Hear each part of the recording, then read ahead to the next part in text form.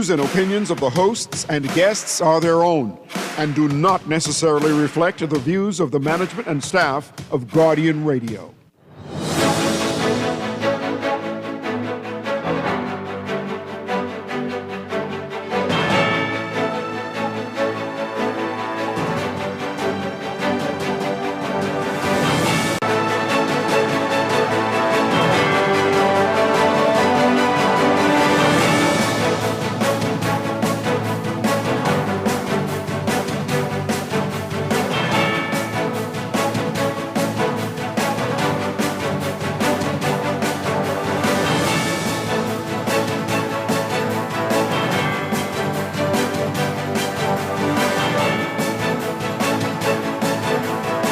Good morning. That road contract was an error. The Office of the Prime Minister says the Prime Minister paused the $183 million West Grand Bahama road contract. But the F&M and Pintart says they're not buying that excuse. CCA loses an appeal against a $1.6 billion ruling. And Nassau is observing a major milestone, a big anniversary. Do you know about it? We're going to be talking about that this morning. This is all straight ahead this morning. I'm Dwight Strachan, and this is Morning Blend. Wake up, it's a new day. Wake up, it's a new day. It's the start of a new way. Don't you know that it's the start of the end of the old way. Wake up, it's a new day. Wake up, it's a new day.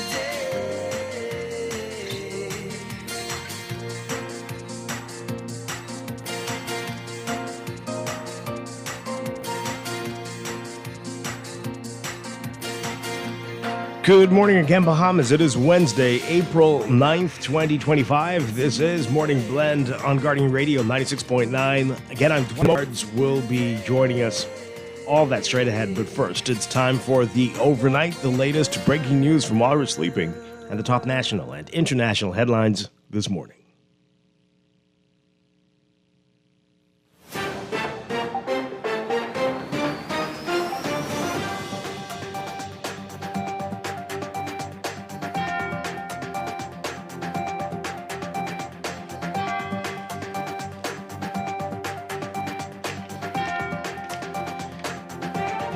In the overnight, a controversial $183 million no-bid contract awarded to an affiliate of Bahamas Striping Group of companies has been paused and was included on a recently published public procurement list due to an administrative error. That's according to the Office of the Prime Minister. OPM yesterday saying Prime Minister Philip Davis halted the contract before the procurement list was released, adding that the matter is under review. On March 31st, the Davis administration published a public procurement list of government contracts awarded in December and January that revealed that Abaco Caribbean Holdings Limited received a $183 million contract on December 18th for West Grand Bahama roadworks through a direct award. This revelation elicited criticism from some quarters. F&M Chairman Dr. Dwayne Sand said last week the contract should be canceled and the process opened up to competitive bidding. The Davis administration was quiet on the controversy until OPM's statement yesterday, saying that it has completed a review of the decision-making process and the timelines related to the publication of a list of contracts concluded with various vendors in accordance with the Public Procurement Act. The statement did not mention the specifics of the contract nor the name of the company it was initially awarded to, referring only to a public discussion over a particular allocation on the published list. It said that contrary to the opposition's claims of improper motive, the Prime Minister is satisfied that no improper intent or malfeasance occurred. It said, quote, an administrative error resulted in the inclusion of a contract and a specific allocation that had, in fact, been paused by the Prime Minister prior to the publication of the list. Well, opposition leader Michael Pintart says he isn't buying the government's explanation. He said, quote, the Prime Minister wants Bahamians to believe that it is the civil servants and the IDB in Washington, D.C. that made a mistake and represented this $183 million of contract approved and awarded by his government, but somehow this mistake is listed on the IDB Invest website as scheduled for board consideration this very month. How did the vendor make it this far within the IDB approval processes without the full support and endorsement of the Davis administration? We know better. Pintard saying the Prime Minister also mentioned that he paused the project, saying, quote, this is Pintard, what a joke. Once again, the Prime Minister is pretending to save the day after being caught in an indefensible situation.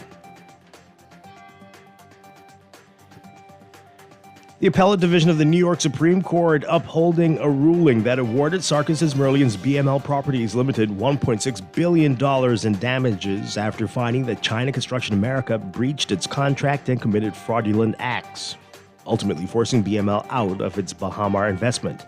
The appellate court noted that the decision of the fact-finding court should not be disturbed unless it's obvious that the court's conclusions could not have been reached under any fair interpretation of the evidence. It said that it found no basis to disturb the trial court's award. In its appeal filed on December 30th, CCA said it was seeking the reversal of a deeply flawed decision that defied core principles of New York law, culminating in an indefensible $1.6 billion judgment for fraud and breach of an investor's agreement after a non-jury trial. It argued that there was no breach of contract and no fraud under New York law, and nothing any defendant did or did not do caused plaintiff's loss. The appellate court, however, noted that it was previously and accurately established that China's State Construction Engineering Corporation,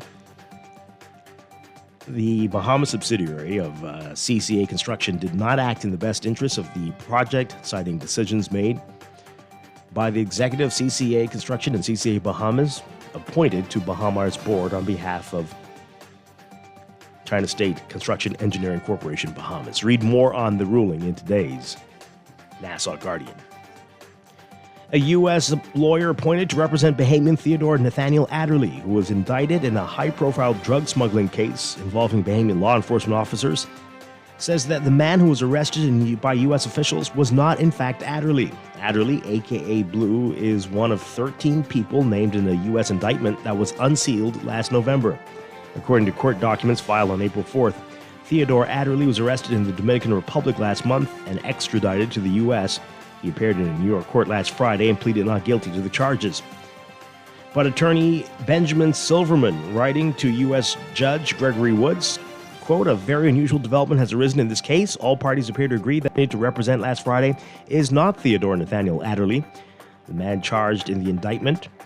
He is rather another man named Ulrich Jean-Baptiste, and he is not named in the indictment.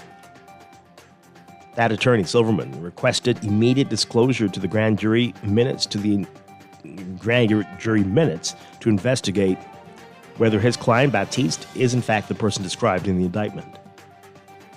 If not, the indictment must be immediately dismissed against him, and he should be released from custody, according to Silverman.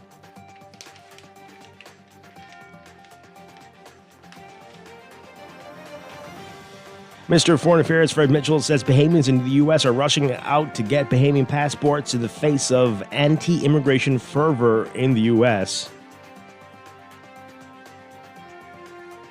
In a voice note to supporters, Mitchell says those who infringe the rules or are even suspected of violating the rules are being expelled or frozen out. He says the ire of a nation built on appropriation of land from its native population is interesting. But he said one must follow immigration laws. He says Bahamian laws have changed since 1973, and getting a passport is not so easy. More on that in today's Nassau Guardian. Prosecutors discontinuing their case against a police superintendent accused of rape, 42-year-old Kyle Capron, arrested last year after a 25-year-old woman accused him of rape on October 23, 2024. Prosecutors brought the matter to an end with the presentation of a nolle prosequi when Capron appeared before Justice Franklin Williams, KC. The matter was transferred to Williams after Capron was arraigned in the Supreme Court last month. He was expected to learn his trial date yesterday. However, the matter ended without a trial. Capron spent 8 days on remand before he was released on $9,900 bail. He was fitted with an ankle bracelet and ordered to sign in at a police station and banned from contacting his alleged victim. The woman has children with one of Capron's close relatives. At the time of the complaint, Capron headed the K-9 unit. He was suspended from duty and placed on half pay while the matter was pending. Capron's employment status is unclear. Overseas, the roof of an iconic nightclub in the Dominican Republic capital of Santo Domingo collapsed early Tuesday during a merengue concert attended by politicians, athletes, and many others, leaving at least 98 people dead and 160 injured. Crews were searching for potential survivors in the rubble at the one-story jet-set nightclub in Santo Domingo. Nearly 12 hours after the top of the nightclub collapsed onto patrons, rescue crews were still pulling out survivors from under the debris. Firefighters were moving blocks of broken concrete and used sawed pieces of wood as planks to lift heavy debris as the noise of drills broke through concrete filled the air all day. The governor of the northwestern province in which the club is located, and sister of seven-time Major League Baseball All-Star Nelson Cruz, one of the victims, the governor. She had called President Luis Abinader at 12:49 a.m. saying she was trapped and that the roof had collapsed. Officials say Cruz died later at the hospital.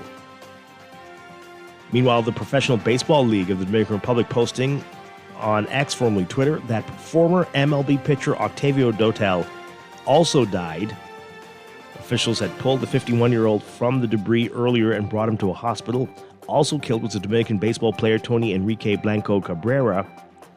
Late Tuesday night, those still looking for their family and friends gathered around a man playing a guitar outside the club as they sang hymns. Officials say at least 160 were injured, among them a national lawmaker, Bray Vargas.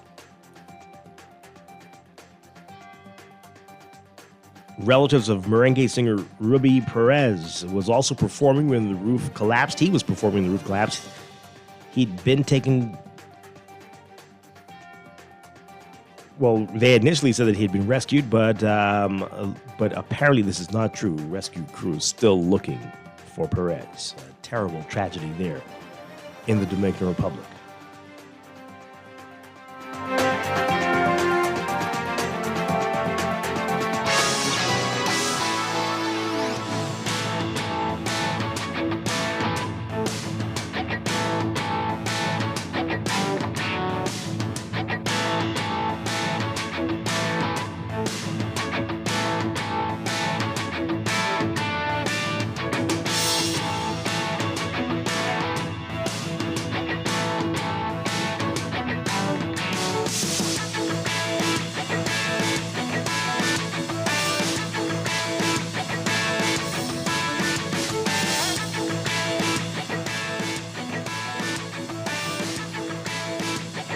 In sports, from the NBA, the Portland Trail Blazers will miss the postseason for a fourth straight year and a second straight with Bahamian DeAndre Ayton as a starting center. The team has a lot of uncertainties ahead going into the offseason, including what to do with Ayton. The Blazers will make some moves for sure, and what will happen to Ayton? Will they let him ride out the final year of his contract, or will they sign him to a long-term deal and try to build around him, or will they use him as a trade bait in the 2025-2026 season? With Ayton set to have a cap hit of more than $30 million for the Blazers next season, some are saying the latter seems probable. The 26-year-old has been out of action for the last 2 months with a left calf strain, and although he hasn't been officially ruled out for the season, it's unlikely that he plays in the Blazers' final 3 games of the season. Read more on that in today's Guardian Sports section. Another NBA team making moves. Michael Malone coached the Denver Nuggets to the NBA title in 2023. He has him set to make the postseason for the 7th consecutive year. Even amid a 4-game slide, they're still in position to have home court advantage in round 1. But he's gone with 3 games left, an unprecedented move for a club bound for the postseason. The Nuggets fired Malone Tuesday, a stunning move that comes with less than a week in the regular season. Also out, general manager Calvin Booth, whose contract will not be renewed Nuggets said David Adelman will be the coach for the remainder of the season.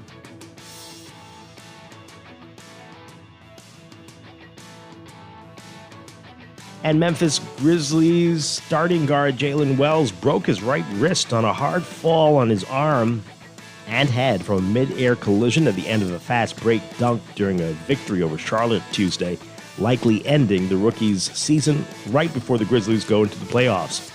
Wells was down for 8 minutes before being lifted by medical personnel onto a stretcher with his head strapped in to restrict motion and taken to the hospital, where he had movement in all of his extremities. The rookie's father, Fred Wells, telling the Memphis Commercial Appeal that his son was alert enough to ask what the score of the game was, but he had pain in his face, jaw, and back. And from baseball, again, Major League Baseball remembering Octavio Dotel, who pitched for 13 Major League teams in a 15-year career and who won a World Series with the St. Louis Cardinals. As we said, he's among the dead after that roof collapse at the nightclub in Dominican Republic. Officials initially said Dotel was rescued from the debris and transported to a hospital, but a spokesperson said that Dotel died later in the hospital. 79 people died and 160 were injured after the collapse. More now expected, the death toll rising. Tony, by 8 years professionally in Japan, also died following the collapse.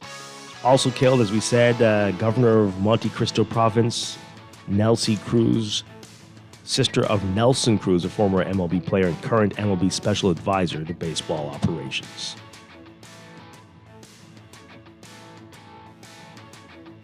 MLB Players Association Executive Director Tony Clark saying that the union stands united with the Dominican community amid the incomprehensible sadness.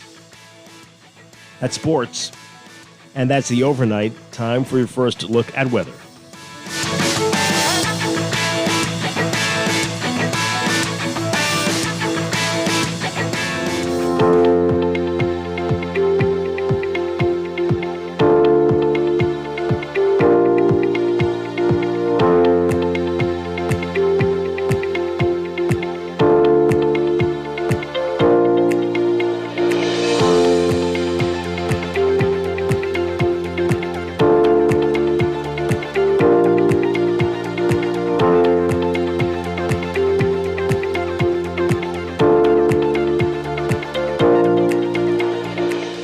Weather for today, we had some severe weather overnight. In fact, a severe thunderstorm warning has just been lifted for New Providence and the Exuma Keys, but still in effect for Abaco, Eleuthera, and Cat Island. We've been telling you about this front that is moving through. It is now across the northwest Bahamas, along with the prefrontal activity that's going to support widespread showers and thunderstorms across the northern, northwest, and parts of the central Bahamas through this afternoon and into tonight. The front's going to continue southeastwards through the central Bahamas this afternoon, then into the southeast Bahamas by Thursday before dissipating. So the severe weather watch continues for portions of the northern and northwest Bahamas until at least 1 p.m. today. That frontal boundary is going to support showers and thunderstorms over the southern islands by Thursday as it slowly migrates southeastwards. Troughing is expected to linger over the central islands Friday, increasing the chance of shower activity. And then we've got another frontal boundary expected by the weekend, Saturday. So for today, localized flooding likely in flood-prone areas and other low-lying areas during heavy or prolonged rainfall events, as well as other significant weather threats, including possible waterspouts or tornadic activity, hail, and lightning, especially in the northern and northwest Bahamas today. Beachgoers advised to exercise extreme caution as there's a risk of moderate rip currents for the southeast Bahamas especially, and all Atlantic exposures. So for today, we are looking at cloudy to overcast conditions with variably cloudy conditions by this afternoon through tonight for the northern and northwest Bahamas. We've got a 50 to 80% chance of scattered showers and widely scattered thunderstorms into this afternoon. That should be falling off a bit, decreasing to about 10 to 20% by this afternoon. Winds for the extreme northern islands, west to northwest at 15 knots, shifting northwest to north at 10 to 15 knots by this afternoon.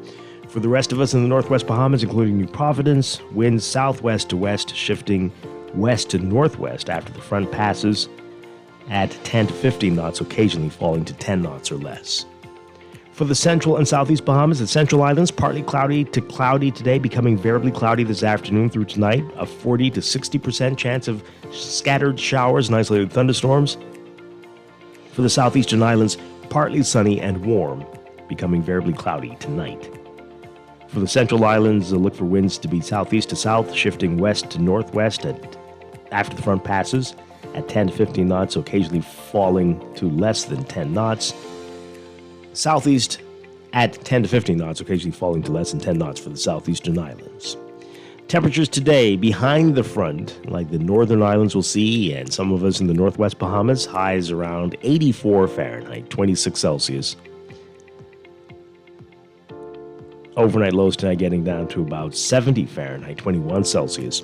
Ahead of that front, for the central and southeast Bahamas, highs are around 87, 88 Fahrenheit, 31 Celsius. Overnight lows tonight getting down to about 73 Fahrenheit, 23 Celsius. That's your first look at weather this morning. We'll have your extended outlook. More on that coming up in just a bit. Wake up, it's a new day. Wake up. You are listening to Morning Blend. When we come back, we're discussing the day's top stories right here on your home for fresh news and smart talk all day. Guardian Radio 96.9. The end of the old way. Wake up, it's a new day. Wake up, it's a new day.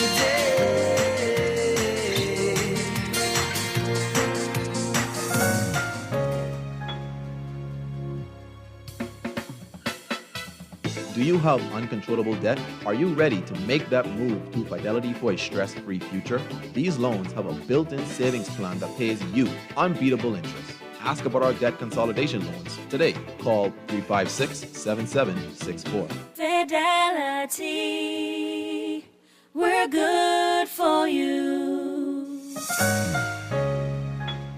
Looking to elevate your gadget game, or are tech troubles simply slowing you down? Escape to a world of innovation at Custom Computers, your go-to store for the latest cutting-edge tech. Whether you need to upgrade your life with the best from Apple and Windows, or your device needs a little TLC, the Custom Computers Know-How Store is the destination for unbeatable expertise. Locations, there's a Custom Computers near you on Patton Street in Palmdale and Caves Village, or call 396-1100. Calling all Alive Fiber basketball fans.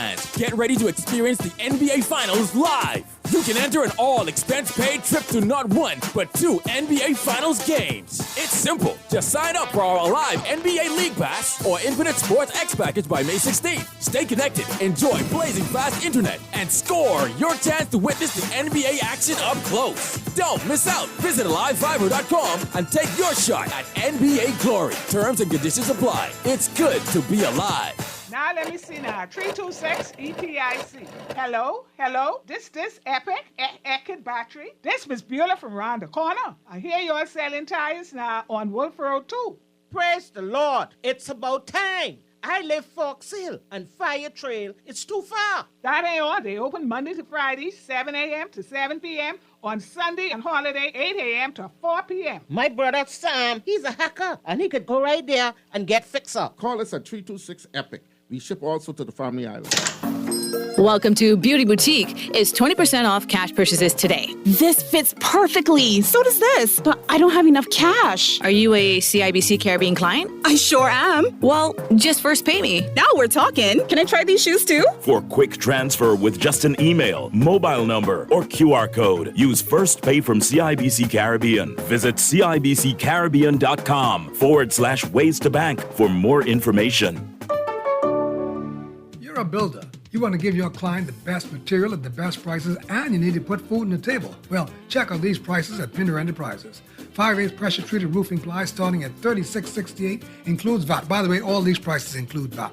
Great Select Water Shield, $134.20 a roll. Felt, 15 pounds, $16.50, 30 pounds, $19.80. Owens Corning Duration Shingles and Certainty Landmark Shingles, $56.56 a bundle. Gallon Roof Cement, $33.47. When it comes to screwing and nailing, Pender got you covered. He got every nail and screw you could possibly need. In the world of business, technology is not a choice. It's a necessity. And for businesses that demand excellence, there's only one choice for unparalleled support and cutting-edge technology. Custom Computers. You have challenges and we have solutions. Computing, networking, storage, and printing for enterprises large and small, aligned with premium brands like HP, Microsoft, Konica Minolta, and more.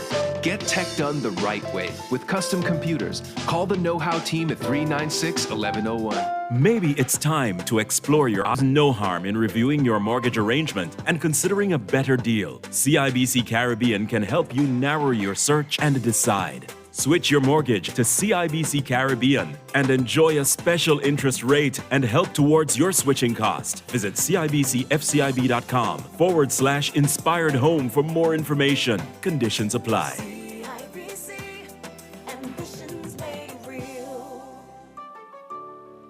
Wake up, it's a new day. Wake up, it's a new day. It's the start of a new way. Don't you know that it's the start of the end of the old way? Wake up, it's a new day. Welcome back to Morning Blend here on Guardian Radio 96.9. We are streaming live on GuardianTalkRadio.com and on the Guardian Radio app for smart devices. We're also on your televisions on Cable Bahamas Channel 969 and BTC Flow Channel 612.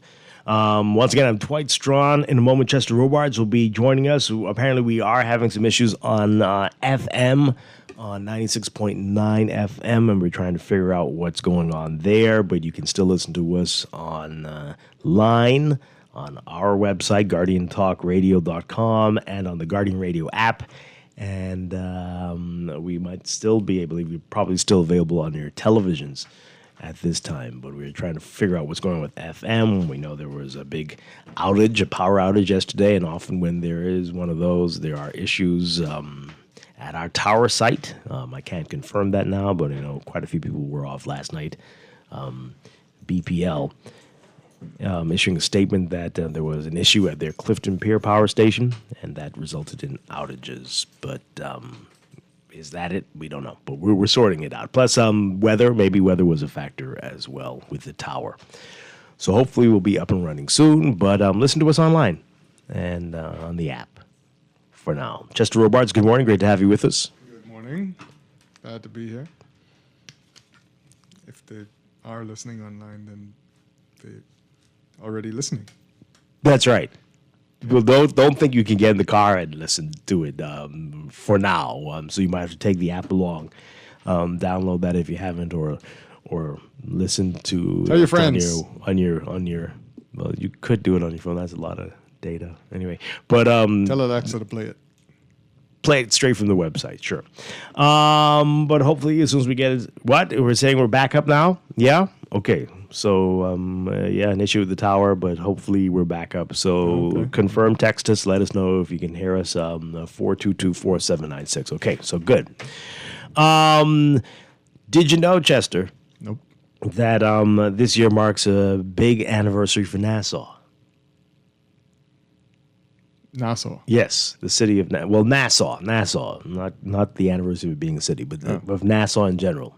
You all don't remember this from your history books. We're going to talk about that this morning with an archaeologist and historian, and we'll get into this major anniversary for this very old city and what we're doing about it. We're going to talk about that in our 8 o'clock hour Into Business this morning, so you don't want to miss that. Anywhere else in the world, this would be a huge deal, but we're very unique here in the Bahamas.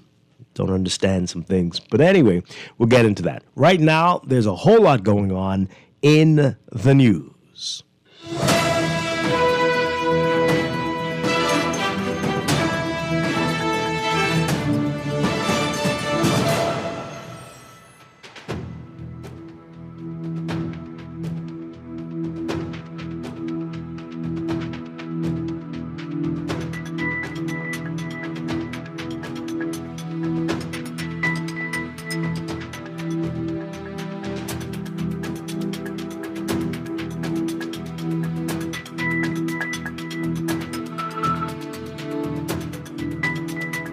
And in the news, a big story, the road contract, an error. We were talking about this. People in great shock about a $183 million contract, no-bid contract. So many parts of it were questionable, the no-bid part and the fact that this is such a large contract for West Grand Bahama. So why, if they saying this, is the chairman of the party still going on about it's allowed? They saying it was a mistake. He's saying it's allowed. What's the point of that? We'll get to that in a bit.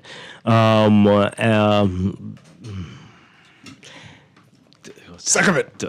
Don't. Anyway, we'll get to that in a bit. But anyway, so that's a big story. But before we get into that, I just want to highlight a couple of stories that are really So two of these coming out of U.S. court cases. So the appellate division of the New York Supreme Court yesterday upholding a ruling that awarded Sarkis's Merlions BML Properties Limited $1.6 billion in damages after finding that CCA, China Construction America, breached its contract and committed fraudulent act, ultimately forcing BML out of its Bahamar investment.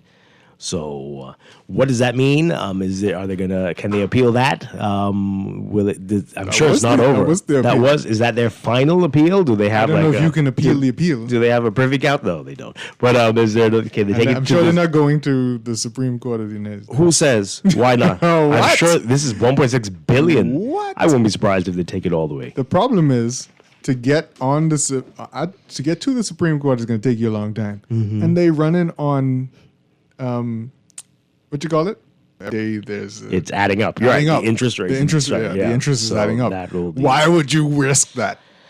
It's going to be $3 billion by the time the Supreme Court hears it. Wow. And of course, they have said that what they have, the two hotels here in the Bahamas, are definitely nowhere near worth, even combined, this $1.6 billion. And as you they're said, saying their companies ain't worth it. Oh dear. That's what they saying. Yikes. They're saying the two hotels are worth between $232.7 and $355.1 million combined. They don't rate their hotels. But $1 billion though, even in 2025. No, I'm kidding.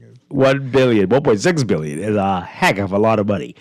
Yeah. So this is really quite something. We'll see how this goes. The man had put in and borrowed almost $1 billion for the hotel. Mm-hmm. Yeah. So. Wow. We will see. We will definitely keep you posted. Interesting development there. Okay, and then this story. This is out of a weird movie. The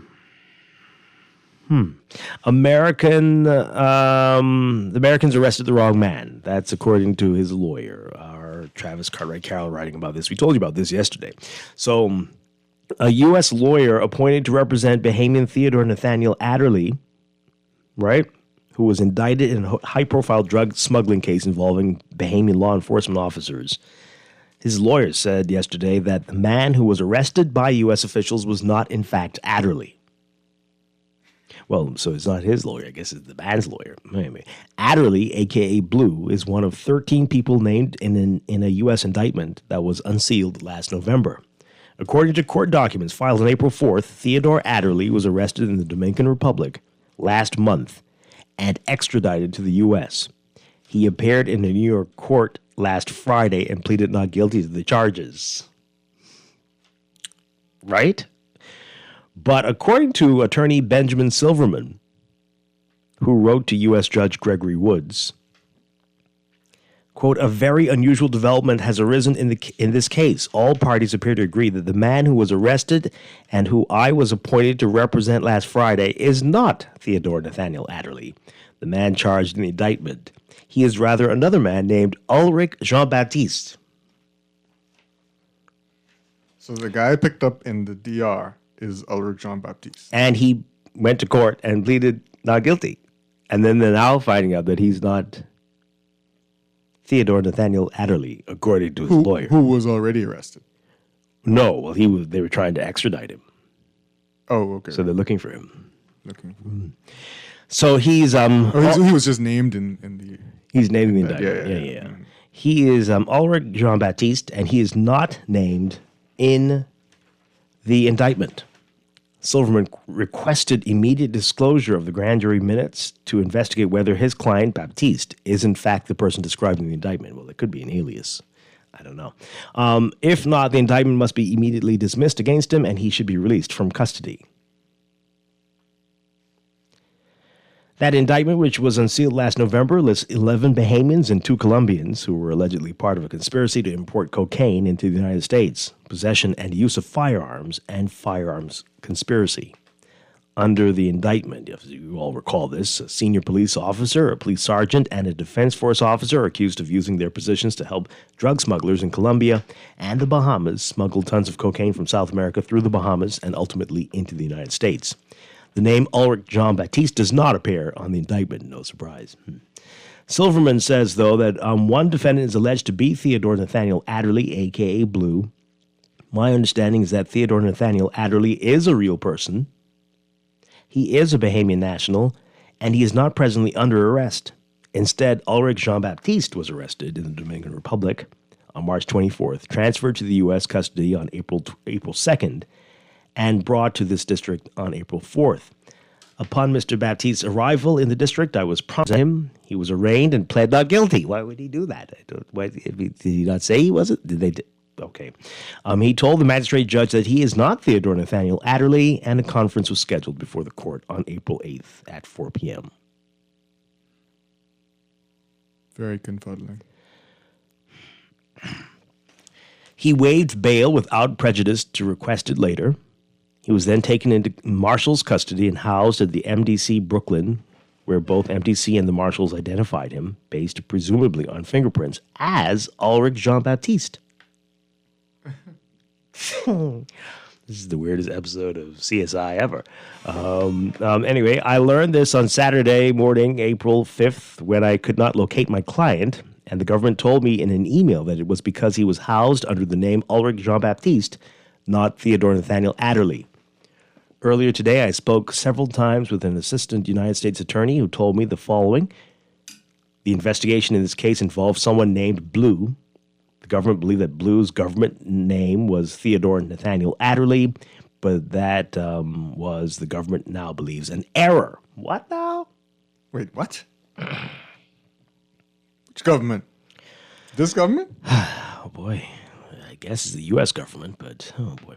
The government indicted Theodore Nathaniel Adderley, who I understand to be a real person. The government then arrested Ulrich Jean-Baptiste, who is not named in the indictment. It is the government's view that the person who they meant to arrest, who they knew as Blue, is in fact Ulrich Jean-Baptiste, not the person who the grand jury voted to indict, Theodore Nathaniel Adderley. Well, who is Theodore Nathaniel Adderley? Wait. Where is he? Okay, wait now. Wait, he's a real person, but where is he? Is he here? There's another layer of confusion. This is very stupid. So they were actually wanted Ulrich Jean-Baptiste and not Theodore Nathaniel Adderley. So what did he plead not guilty to? Not guilty to being Theodore Adderley?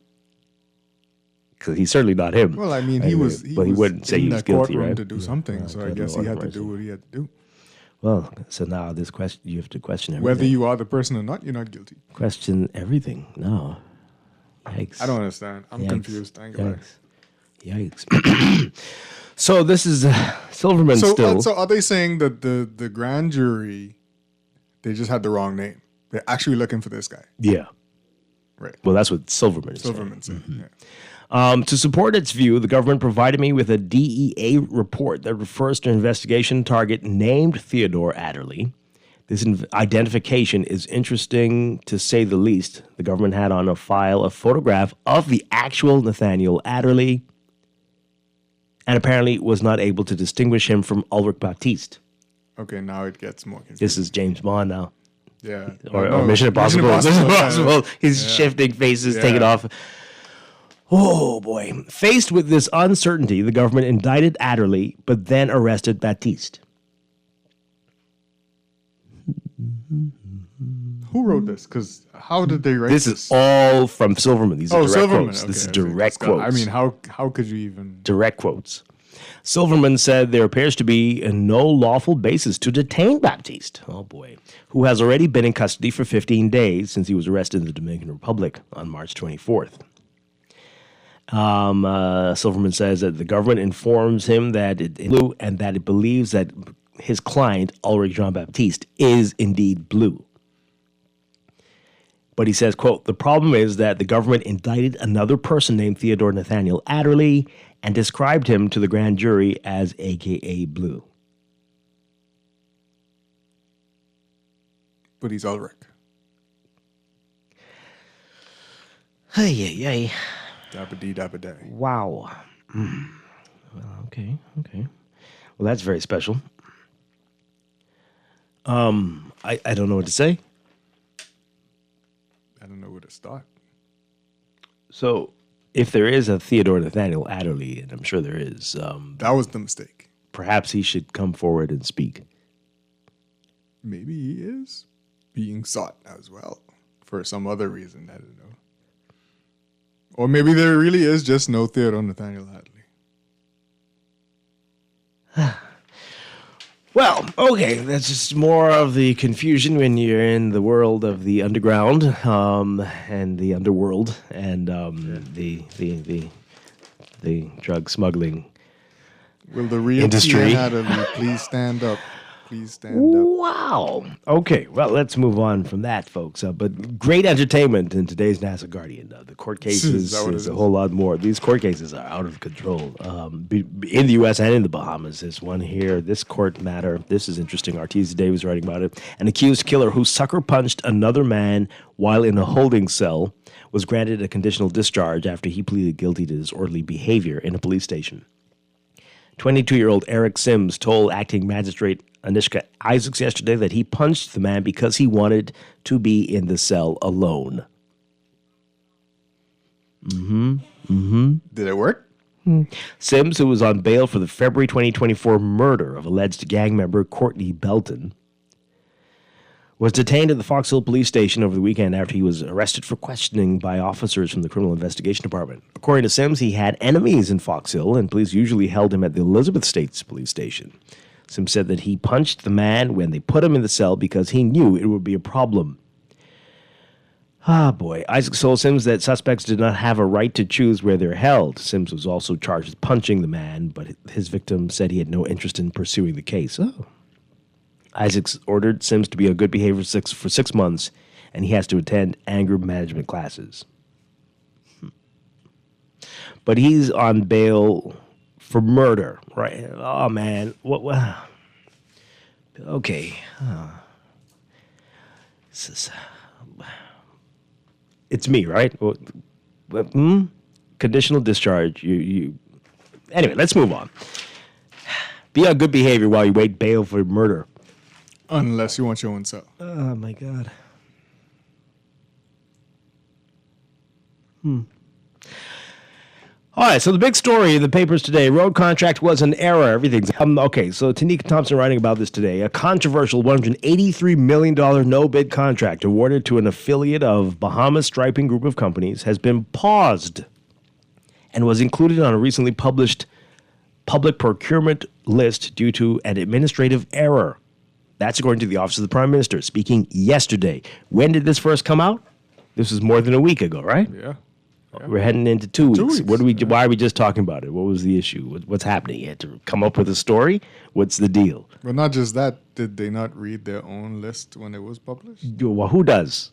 Nobody does that, clearly. But what's with the delay? Because, I mean, like, that could have been the amount of talk about this on talk radio, all the everybody. I don't remember. Did the work start? It's been paused, we're told. But did it start? Well, we might find out in 2 weeks. OPM said Prime Minister Philip Davis halted the contract award before the procurement list was released. What?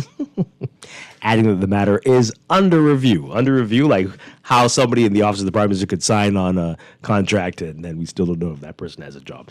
Lots of things under review. Well, but why would it be under review if it was paused before the list dropped? This is so insanity. It's a non-issue then? Well, it could have been, but they allowed it to get on the list. But there's more to it, and not everyone's buying this story. But hear it directly from the Director of Communications out of the Office of the Prime Minister, Latrey Ramming, who was, I don't know, was he made to read this statement? But it's even more convoluted when it's coming from him. Take a listen to this, to this statement.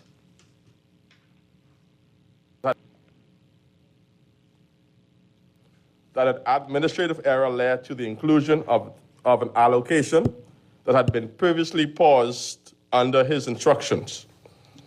While the need for public works in Grand Bahama remains real, and the specific matter was set aside for further review, unfortunately, the instruction was not reflected in the final published list.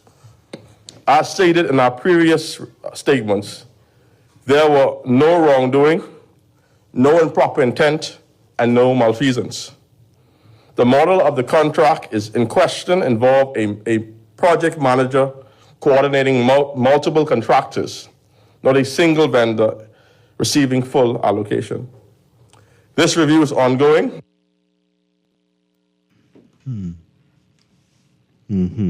So, more from the paper. On March 31st, the Davis administration published that procurement list of government contracts awarded in December 2024 and January of this year.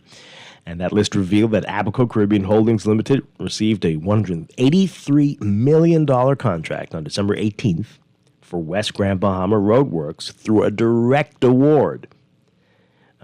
Again, so this got a lot of attention because it was a direct award, which goes against the procurement process, but also the size of this contract. Both of those were eyebrow raises. So all the eyebrows were raised. You look like he just had Botox or something, right? This revelation elicited No? Why are you looking around like that? The revelation elicited criticism from some quarters. F&M chairman Dr. Dwight said last week the contract should be canceled and the process opened up to competitive bidding. Org Executive Director Matt Aubrey also said competitive bidding should be the standard with government contracts, which we thought at this point generally was, right? There's a list of when you don't need to do it, and it's very specific, but this didn't fit that criteria. They did the law. Yeah, right. But this didn't fit the criteria of when there would be no bid contract. Well, they didn't give their reasoning that it was. We got nothing. We got nothing. Because again, the chairman is still saying it's allowed. We get there.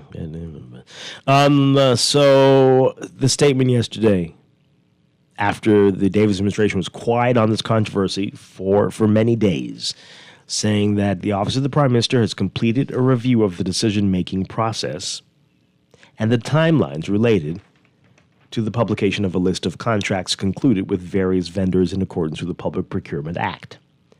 Now, the statement did not mention the specifics of the contract nor the name of the company it was initially awarded to, referring only to a public discussion over a particular allocation on the published list. Now, it says that contrary to the opposition's claims of improper motive, the Prime Minister is satisfied that no improper intent or malfeasance occurred. An administrative error resulted in the inclusion of a contract and a specific allocation that had, in fact, been paused by the Prime Minister prior to the publication of the list. Now, last week, the Nassau Guardian reported that IDB Invest, the private sector investment arm of the Inter-American Development Bank, planned to lend ACH $22 million to go towards the project. OPM's statement appeared to refer to the IDB Invest loan. OPM said an international financial organization had settled a pre-qualification amount with a particular vendor, and the matter proceeded from there towards a conclusion. Upon this being brought to the Prime Minister's attention, he instructed that the matter be set aside for further review. Unfortunately, that instruction was not reflected in the list that was subsequently published, which led to this regrettable confusion. The statement says that the model of the vendor in question is that of a project manager. As such, the allocated funding would not have gone to a single contractor, but rather to several contractors operating in Grand Bahama. So as we told you, there's a section of the Procurement Act that provides for competitive bidding for the procurement of goods. And among the reasons for a direct award of contracts are emergency and urgent situations, completion or extension of a contract for goods or services currently being provided when the value of the proposed goods or services does not exceed $100,000 or no other suitable bids were received. Again, that doesn't appear to be what this is about. Right. The government did not say why ACH was awarded the contract via direct award. However, OPM noted that the Public Procurement Act provides for the single sourcing of contracts under certain conditions. It says that the review by the Office of the Prime Minister is ongoing, and once it is complete, a statement outlining the revisions will be shared in the public in accordance with the Public Procurement Act. Anybody want to hold their breath for that one? OPM said despite the hiccup, there is an urgent need for public infrastructure works in Grand Bahama. What's the point of saying that? I don't know why. Because we have urgent needs all over the entire country. My God. But anyway, so expect more foolishness in the future? Is that what that means? Well, there could be more hiccups. Is it the beginning of the justification for the no bid? I don't understand it. I don't understand it. What's the point? Well, the opposition's not buying it, and they have. Leader Michael Pintard says he isn't buying the government's explanation. He said, quote, the Prime Minister wants Bahamians to believe that it is the civil servants and the IDB in Washington, D.C. that made a mistake and represented this $183 million as a contract approved and awarded by his government. But somehow this mistake is listed on the IDB Invest website as scheduled for board consideration this very month.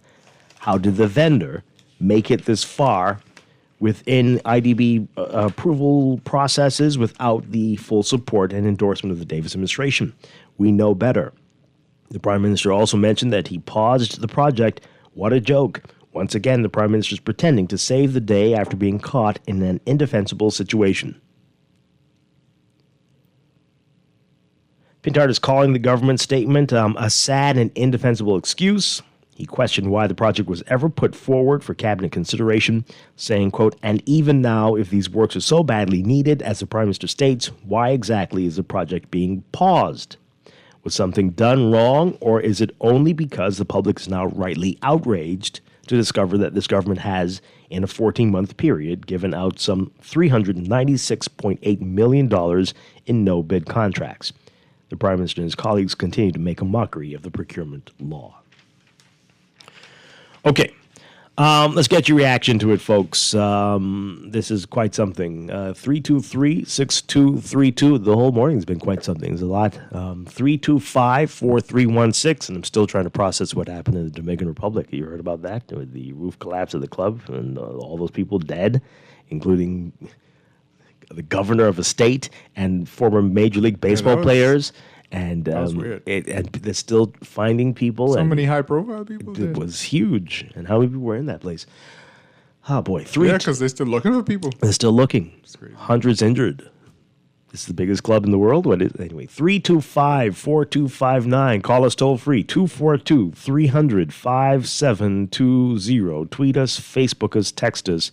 422-4796. Wow, okay. I'm trying to process everything. Good morning, caller. What say you on all of this? Caller, good morning. Are you there, caller? No, call us back. 323-6232. 325-4316. 325-4259. Toll free 242-300-5720. Okay, let's see if we can get to this call here, and we'll get into your text messages as well. Caller, good morning. You are on the air live. Hey, morning, Dwight. Good morning. And Chester. Good morning. Yeah, morning, man. Hey, Dwight, listen, man. We got to be real in the Bahamas, you know, Dwight. I mean, well, listen, this politics thing and politicking has been around a long time. And these two, you know, so interesting, Dwight. These two parties are the same they're the same side of one coin. They do the same to each other. Okay, let's say for instance the white. Okay, but we're talking about this specific issue here. Okay, all right. Let me comment on this then. Listen to me, Dwight. If the F&M were in power right now, I'm sure they have done some secret deals and stuff, and the opposition. Let's say. Are you saying this is a secret deal, and this is something? That's what you're saying? No, I'm saying this is similar like to the Moore, you know, the Moore deal the other day when the Prime Minister had to cancel that. But what I just trying to say, Dwight, they playing this game as though when they in power, they don't do these things. That's what I'm saying, Dwight. They fooling us, you know, Dwight. There is a time for this conversation. There is a time for what you're doing, but this is not the time. Okay, this is not the time. Yeah, because that won't get us anywhere. And I think we did a lot of that yesterday. I hear you. But you're deflecting. And we hope you're not deflecting for the reason we suspect you're deflecting. But we're talking about this issue right now. Plenty evil all over. Sure. So what? Just expect it? Or what are you saying? Caller, good morning. You're on the air. Good morning, caller. You're on the air. Hi, we can't hear you. Okay. 323-6232. 325-4316. 325-4259. All right. Yeah, everyone's saying we're back up. Yes, indeed. Okay, thank you, everybody. All the text messages that we can hear you now. Let's go back to the phone lines. But we missed what you were talking about. Caller, good morning. You're on the air. Good morning to both of you, Alan Johnson. Hi, good morning. Morning. Hey, Dwight, we could take the Prime Minister serious if he immediately fire the Minister of Finance. It's the only way, because somebody has to be held accountable. You know, even if you're using pen and paper and using a donkey, which you think we are, to just send this up to Washington and write it back here. The number of errors, the number of mistakes that this have to go through, and the fact that he's pausing something that's moving along the pipeline into an international organization. He gave it to an organization that listed its primary objective as basketball courts, etc., even though it's an auxiliary of a company that does paving. And then now he's coming back and saying it's a management contract. But that doesn't what it says. So at the international organization for which the request is made, then you have multiple people in the government office that he says no one saw this review, no one verified with the Minister of Finance. Well, it could have. That's just justified the fact the Ministers of Finance do spend a lot of time out of the country. So, and I hear that he actually travels with the Prime Minister. So the problem we have is that this year is just another excuse, comparative of what has been done, the failure for transparency, the failure to be accountable, the failure for presenting an image of integrity, the lack of freedom of information. Everything that through its spokesperson, they say they ain't got no time for, and this basically just showing total disregard for us as Bahamian. And we just have to hold them accountable. Anybody you'd recommend to replace the Minister of Finance? Not the Minister of Finance, but I do have someone for the Prime Minister. I bet. Michael. Yeah, see, you didn't have to. We know. Oh, okay, we're gonna send you a bill. We're gonna send you a bill. Good morning, caller. You're on the air. Are you there? Good morning. Hi. Good morning, Dwight. Good morning.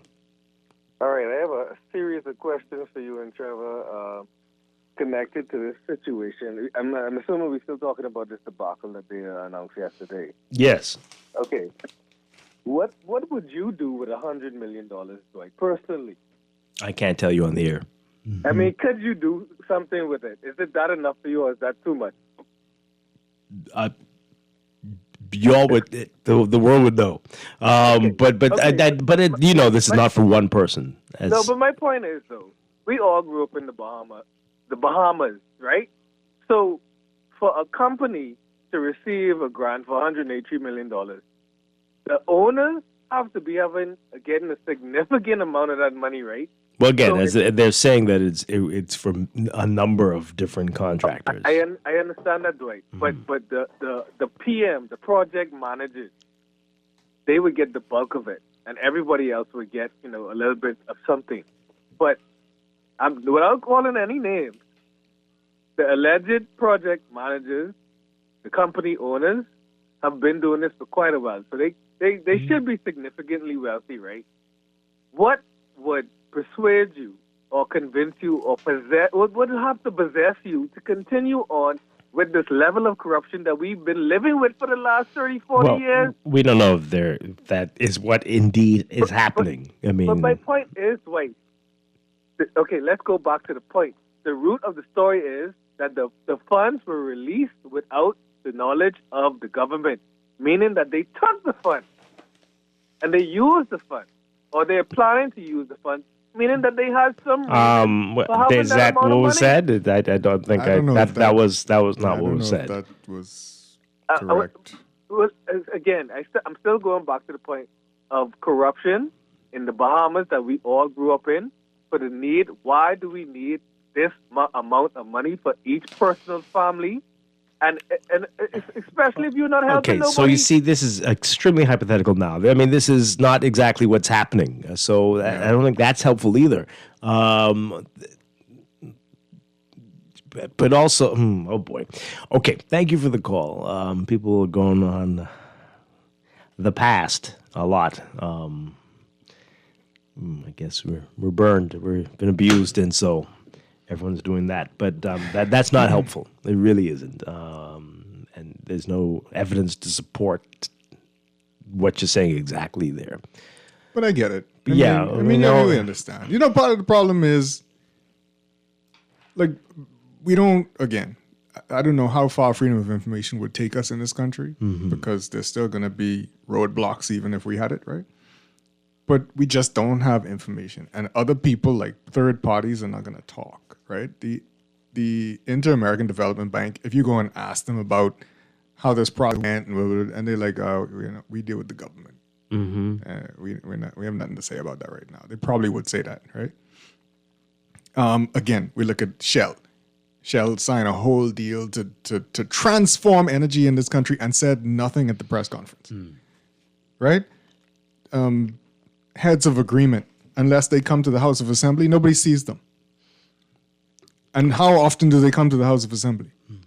And the private companies, if they do talk, they'll talk to a company in another, to the media in another country. Yeah, before they talk to us. Yeah, so it's we're in a real. So you get it. You get why people act why like they're this. speculating and why they're just jumping. Because to all we can do conclusions. is speculate. Yeah, it's very sad, especially when you take 2 weeks to get your story right. It just opens the door for that. We'll take one more call and then we got to take a break. Good morning, call. You're on the air. Good morning to both of you. Hi. Listen, doesn't it appear as though, maybe I'm wrong in my view of this, but if the public did not outcry, if there was an outcry from the public... I was just thinking it. I was just thinking that. Would they even have issued a statement if we didn't pay attention to that list and if the public didn't have the outrage, right? Well, the media, I heard it from the media. I heard the media, and then the media took onto it, and then it sort of took on a life of its own. But it makes you wonder whether, as a society, we cool with this kind of behavior because next time might be my time, or are we really God-fearing people who believe in practicing what is right? Because it doesn't appear as though we are practicing what is right, and we believe in a true God that is looking down and will probably judge us by our lifestyle. It appears as though it's okay in the majority of the society for these kinds of things to be happening. Dwight, doesn't it appear that way? I mean, you don't fit that description, but it's like there are people who are waiting for my turn. Yeah. That's the way it appears, and I don't know how we can root it. How we can get rid of it. It's very serious. Very serious. Yeah. Anyway, that's it. Thank you. I won't overplay it. Appreciate it. You're not overplaying it. I mean, even the CCA loss and this $1.6 billion ruling, right? More than once in that court case, because Sarkis is Merlian put this forward as evidence, that the government of the Bahamas colluded with CCA to take his project from him. So he says. I'm just saying it pops up in court documents over and over again, right? But again, nobody says that about a government just to say it. The point is, we sit here day after day after day going through these things and nobody and every government is like, corruption, what corruption? We don't do anything wrong. Nobody does anything wrong. Nobody ever goes to court and ends up in jail, right? It just doesn't happen. They'll say it's the other guys who are corrupt. There's always the other guys. There's always the other guys. Or everybody's corrupt. As the chairman said this morning, the FNM, you spell corruption FNM, right? So in a voice note that he issued to that his he issued supporters. this morning. So I mean, the Bahamian people have to be sick of it, right? Because we're not stupid. We understand, craziness goes on within governments, right? Yeah. All right, so we've got a couple messages as we go to the break. This person says, asking who owns... Oh, boy, I need to be careful with this text. Asking who owns the companies who are involved, who've been mentioned in this, right? Who are the principals of these companies? We need freedom of information back. And how deeply does it go? But will freedom of information make you force you to find out who's behind a private company? I don't think that could work like that. Well, if they have a government contract to depends. It depends. Right. I mean, then they might be on Perhaps. something. Right. That went into the government. But I don't know if you can get that deep into a private company. But I hear you. The Prime Minister promised freedom of information. What are they trying to hide? But again, that's a private company there. But maybe we need to. But again, if they have a government contract and it's signed and several people have to sign, you should be able to know who's behind a private company that's doing. Has Guardian Business reached out to Abaco Caribbean Holdings Limited and talked to them and see Why does one company in the Bahamas need so many affiliate companies? Well, now that's another story. You could ask them. Maybe they focus on Abaco, although this was for West for Grand Bahama. They did reach out to the mother company of Abaco, whatever, and they say they don't ask the government. They can't talk about it. Of course. Yeah, so maybe the Abaco is specific for Abaco, although this was for West Grand Bahama. Is it necessary? It's one country. Don't know what's happening. What was Abaco doing in West Grand Even Bahama? Even though we treat things very strangely around here, especially Grand Bahama. But anyway. This text it's one country, right? Well, I'm just making sure. We got I don't need to countries within countries. I don't need an Inagua business to start a business in Inagua, right? I'm just asking. This text says, I was listening intently to the headlines you read this morning, and I felt like I had entered the twilight zone. I would just like to comment on two of the stories, though. The no-bid contract that was awarded in error of $183 million, and the court upholding the ruling for Sarkis's Merlion for $1.6 billion, and the response of the CCA that the property is only worth about just over $223 million. I draw the attention to these points so that there is a reference of the value placed, one, to paving of 50 miles of road in West Grand Bahama being $183 million, just $40 million short of the value of the 2-mega hotel.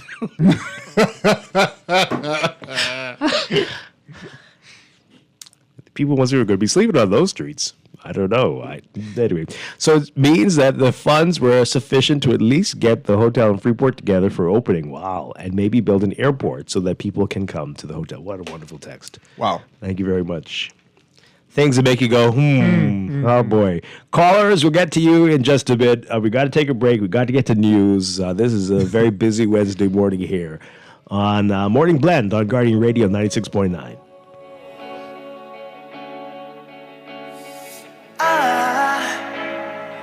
I just woke up from a dream where you and I had to say goodbye, and I don't know what it all means, but since I survived I realized wherever you go, that's where I'll follow. Nobody's promised tomorrow, so I'ma love you every night like it's the last night, like it's the last night.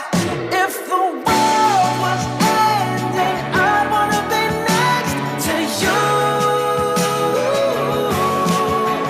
If the party was over and our time on earth was through,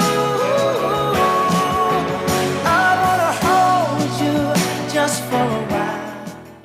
Maybe it's time to explore your options. There's no harm in reviewing your mortgage arrangement and considering a better deal. CIBC Caribbean can help you narrow your search and decide. Switch your mortgage to CIBC Caribbean and enjoy a special interest rate and help towards your switching cost. Visit CIBCFCIB.com/inspired home for more information. Conditions apply.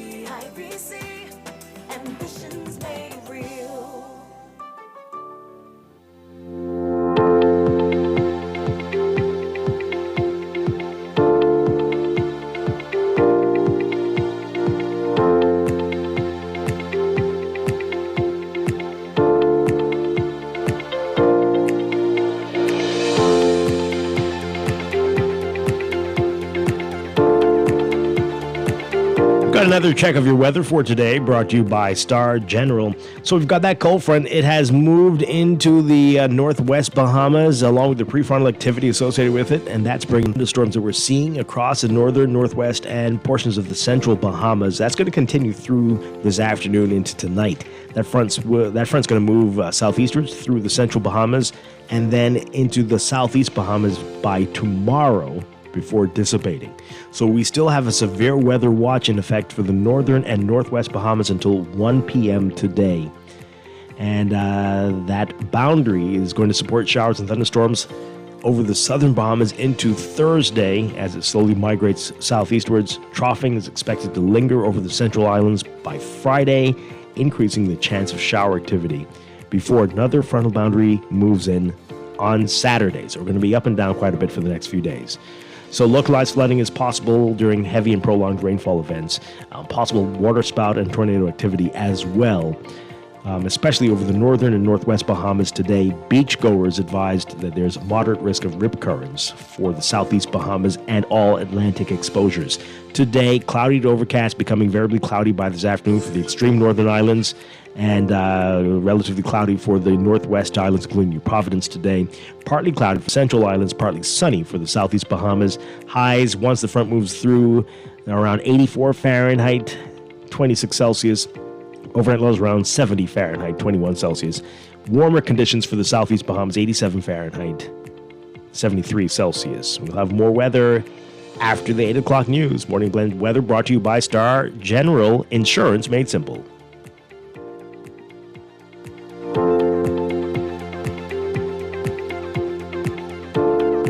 This is Guardian Radio 96.9 FM, streaming on GuardianTalkRadio.com and the Guardian Radio app, Nassau, Bahamas. Come on, 3, 2, 1.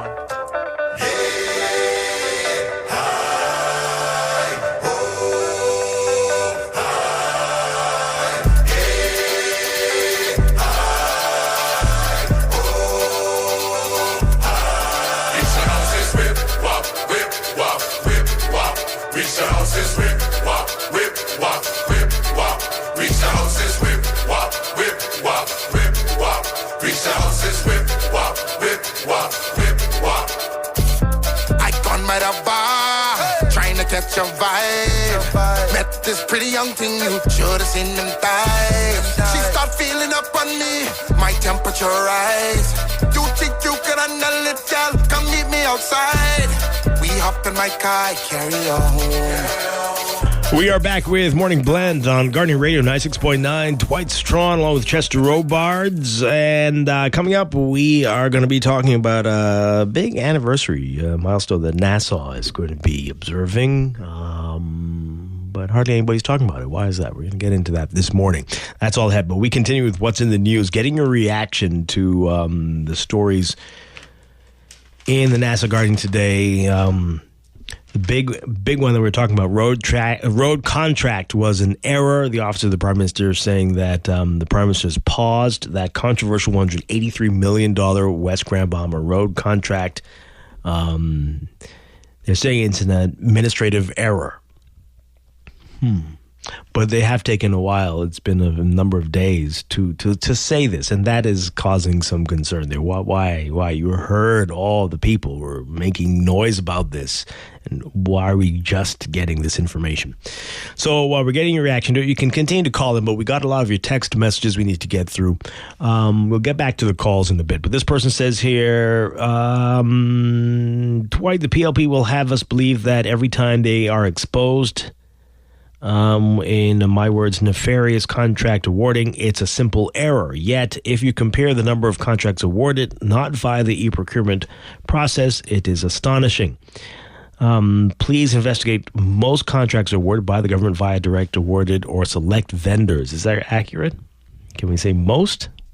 Most? They're saying most. I don't know most, but probably quite a few, I'm sure. They literally publish this every month. It's shocking that the Fourth Estate does not expose this. Most? Well. Well, maybe they fit the criteria. Maybe, right? They have the established. It's in the act. What would justify a direct award? And maybe they do fit it. I don't know. I'm just saying. Perhaps that's what's going on. This person says it. I mean, yeah, but we don't know the circumstances. Like, what if nobody else bid for it? Right. What if, again, like you say, other companies just don't fit the bill? Maybe it is an extension. Maybe it is. It's not a big country. I don't know. Maybe. This person says here, they take us for fools. Latre said allocation, which meant it was given out. He also said the PM paused the contract, but can't say when. Well, they say it was public. They paused before the list went out. Right. But again, not specifically, no specific date. One single word describes this deal: busted. Okay.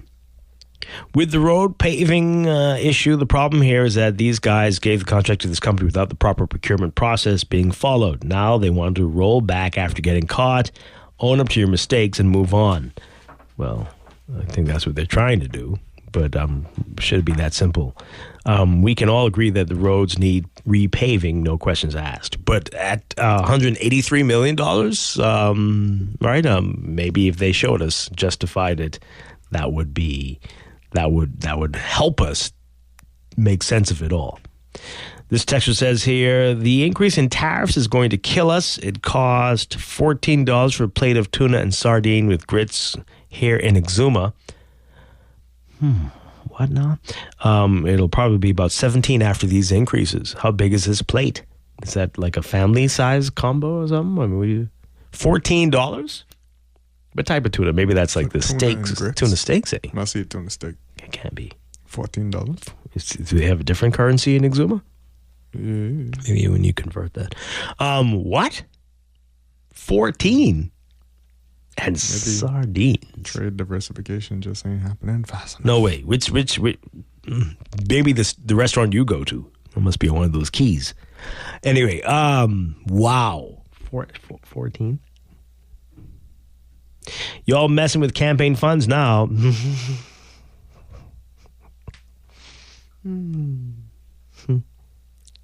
Well, the government should just cancel the deal and put it through the proper protocols and move on. You can fix this one. Well, we'll see. Why are you making those sounds? Can fix it? Will they fix it how? Same way they fix the potholes. No, I don't know. I mean, you could correct the deal. The other damage is already done. This texture says, there is an urgent need for infrastructure improvement on Grand Bahama. Why don't we ask the people in West Grand Bahama if their lights were off last night? Okay, well, they'd just be just like us in New Providence. It's the whole country. And so anyway, we're all in the same why are we potholy boat. Why don't they tell us? I don't know. What happened to the $300 million owed to the government by the GBPA? I'm curious. This is a legal matter now, right? Yes. I'm curious, what would Dwight do with $100 million? You were being quite provocative by saying you can't tell us on the air. That's not any of your business, but you'd probably hear about it. Anyway, the government should just cancel the deal and put it through the proper protocols. Okay, is that the same? Yeah. There is something very wrong with these individuals who receive large contracts and have no capacity to deliver anything themselves, but every intention to shop around for qualified contractors whom they will pay a pittance to while they walk away with millions just because they know someone. There's a space for management teams, but it is not fleecing the government for finding workers. Okay, so that's the second person suggesting that this is what's happening in the country. Isn't that what happens? I wouldn't know, but boy, that's rough. So I mean, imagine you hear all this, and then you are told that you'll get $200,000 for your work. But the person got $183 million. I mean, this is what happened to. Let me not say it, but this is what happened with the other contracts to do work in Exuma, etc. Bahama Striping got the money, got the contract, and they shopped it out to other companies. who were happy because they said they don't get business otherwise. Oh, boy. I mean, they did say that. Wow, that's rough. Or they find it difficult to get business otherwise. This texter says, I wonder if a project manager could speak to whether the cost of $183 million is reasonable for the scope of the roadworks intended. But that's another thing. We really don't know, right? We hear some people say, yeah, the roads are bad in Grand Bahama, West Grand Bahama. But are they $183 million bad? And what did it entail? Are you building new roads? Are you expanding? What exactly are you going to be doing? Are they going to hold up as long as this gateway project that we had a couple of years ago? Right. Does it include lighting? Right. We don't know much about it. Is Jose Carteleon coming back? I doubt that you could find anyone, but could you? I doubt that it is worth $183 million, but could you find someone who could say what would be reasonable? Well, we have. Well, that again, like you said, jokingly, but it depends on what they're doing, right? Serious. I mean, it does depend on what they are doing. Mm-hmm. Right. And is it going to be different from, I mean, how long is this road going to last? I mean, these are things that we should know. You should know that they should know. It should be very clear. This was for this, for that. I think we might have heard the number of miles, but that's it. Right. Is infrastructure work going to have to be done underground before they finish? Or is that included in the cost? But, we should know. Is this just, if they just stripping and topping over, there's no way. Right. There we go again with government involved in. Okay, I don't think that's what you meant to say here. Something's off. Anyway, my concern is who is in line for us to hand the baton to. The same Pintard Sands and others we saw. But okay, it's getting a little crazy here. But basically, they're saying these are all the same people. Wow. So the police are hiding rape cases involving tourists now. Hey, where is this coming from? Wow. It took the American embassy to release that information to the public. What information? What are you talking about? Well, I think it was reported that a tourist claimed they were raped. But what's the point of us hiding it? Yeah. Well, they're saying the police. When I say us, I mean the Bahamas. Oh, because if they report it to the U.S. Embassy, I mean that's gonna help the U.S. Embassy's kind of case to put out these travel warnings, etc. Right. So and Americans they will report it to their own embassy. Yeah. So it doesn't help us to hide it. This person's asking if the incident with that happened on Paradise Island. The person was found on Paradise Island. Right. Well, I see the police. They said did make headlines. It made headlines a few days ago. So the police were asked about it. I don't see it in this paper today, but they were not saying or they couldn't say. So they said that where the victim was from. But it's in other news media.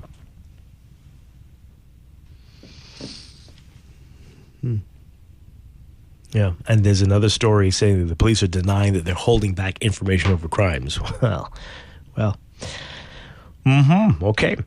This person says, not a single vendor awarded full payment on the contract. Does this mean some money was paid partially?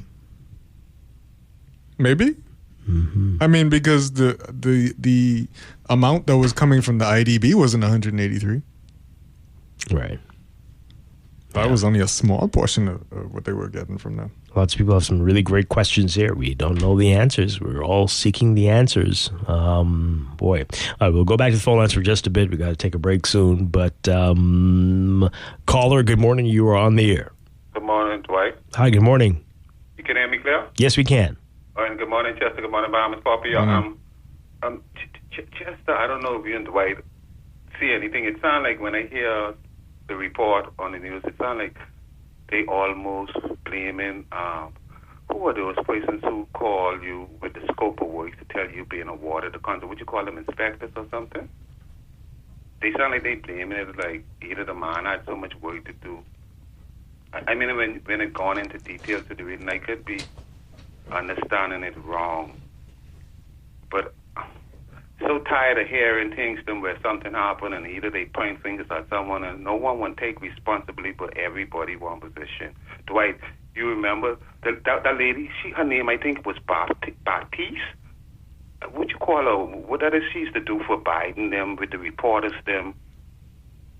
What she is, was the chief what? The press secretary. Mm-hmm. Huh? The press secretary. Yeah. I trying to figure out if you ever catch her or any one of those press secretary in the past who's talked to the American people in the White House, to the reporters, and to the world, answering questions. You ever catch them in a lie, or do you think they just lie or give or you shouldn't look at it as a lie, call it excuses? And I trying to figure out if any of us here and any one of y'all in the Bahamas, or it's just me, when you hear an intelligent person like this, what you say? What his voice name is? Raming? Yes. Raming, the spokesperson for the Prime Minister office. I hear what he's saying, but I wonder Dwight, you intelligent, just intelligent. You do us a good job as a reporter. Would you ever take a job like that, and would you say something what is obvious that it's on mix-up, or is any money, any amount of money can pay you to come and tell lies or take a job like that? Okay. Well, okay, so this... Oh, boy. Thanks a lot. We're going to answer your questions. You're all over the place with this. So I don't think it's helpful to look at it as them personally, right? They're just doing their job. They're being told what to say. And when they have an issue with saying something they don't want to say, generally we see them say, "Oh, it's my final day. I'm gone." Right? So let's not make it a personal thing. But generally, how this works, we've seen this with the Americans. People always have an issue with everything they say. The press secretary, right? People, especially if they're on the other party side, everything coming out of the mouth of the press secretary is questionable. Yeah. That's just how it is. I can't say any of them have outright lied.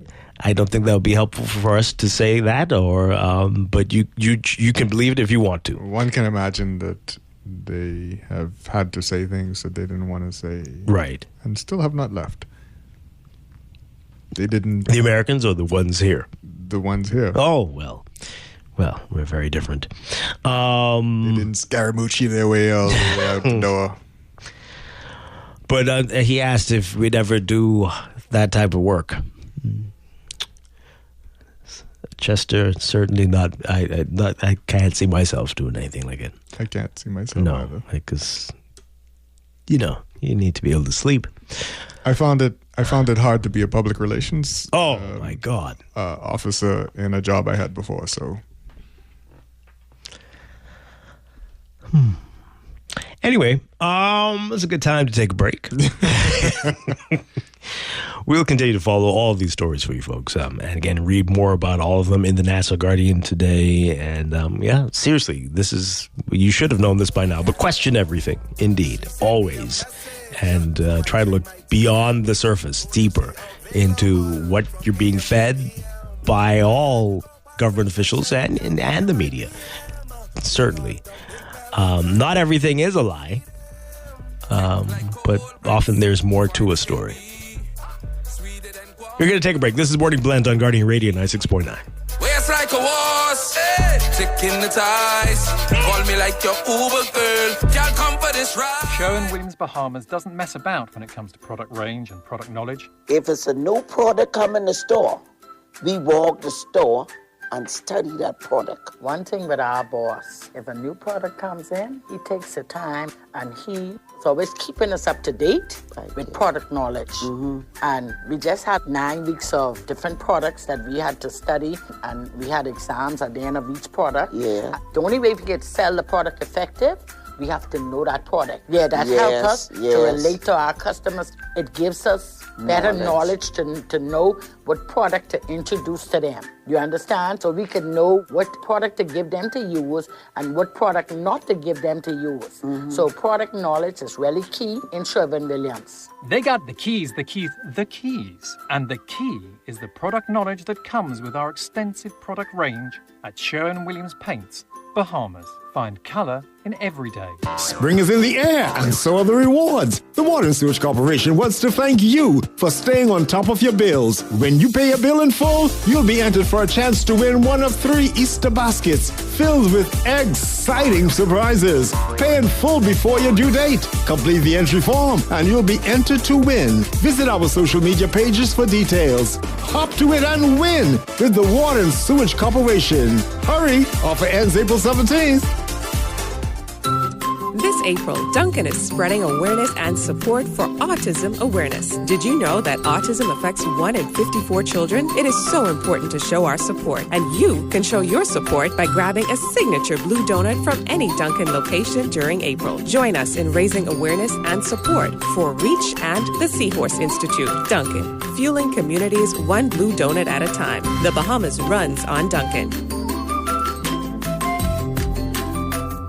Southwest Plaza has so many stores, I've been trying to find a sensible way to list them all. There's CBS Bahamas, the Ashai Institute, BENC Snack World, Bamboo Shack Bahamas, there, the Athlete's Foot, and BTC, Games and More, John Bull Fine Threads, Alive, Bahari, Dairy Queen, 700 Wines and Spirits, Sandy's, Clarkson, Island Luck, Starbucks, and Lowe's Pharmacy, plus Marco's Pizza and Lorraine. Southwest Plaza, what a wide array of stores. Southwest Plaza, stop by today and explore. Barry, you're a winner. Give me a Ja. Give me a Barry. Barry. Thanks, Mom and Dad. Can you buy me a drink from the canteen? Sure. Looks like the canteen uses first pay from CIBC Caribbean. Ready, Dad? Give me a first. First. Give me a pay. Pay. You like that, Jabari? Jabari. For quick transfer with just an email, mobile number, or QR code, use First Pay from CIBC Caribbean. Visit CIBCCaribbean.com/ways to bank for more information. For fast, reliable, and impactful printing services, look no further. Let Printmasters bring your masterpiece to life. We stand by our quality products that is second to none. Our affordable pricing and friendly, efficient staff makes Printmasters the ultimate choice for all your printing needs. We can deliver any type of printing services, from banners to booklets to business cards. You name it, we can print it. Let Printmasters bring your masterpiece to life. Located in the Nassau Guardian Building, telephone 302-2361. Planning for retirement can be overwhelming, but with CFAL, it doesn't have to be. We offer tailor-made individual, group, and pension solutions that take the guesswork out of retirement planning. Whether it's for you or your company, don't leave your future to chance and let the trusted hands of CFAL's experts guide you toward peace of mind and financial stability. Low upfront costs and affordable monthly payments make it easy for you to build wealth so you can live well. Visit us at cfal.com to start on your path toward financial freedom. CFAL, growing wealth for future generations. What if I told you Wendy's has a new burger? With a flavor so secret, it's almost too delicious to handle. Well, now it's time to unlock that flavor. Try the new sweet and smoky barbecue cheeseburger. We can't tell you everything, but we can tell you that it's packed with flavor, including our secret barbecue sauce. Try the new sweet and smoky barbecue cheeseburger today. Available for a limited time. Tired of banks forcing you to use technology to bank the way they want you to? Your convenience is important. So no matter what your banking needs, Commonwealth Bank's friendly staff are always available in branch for that personal one-on-one service. But when you choose technology, our online and mobile banking app offers you state-of-the-art functionality. The choice is yours. Commonwealth Bank. Bank the way you want.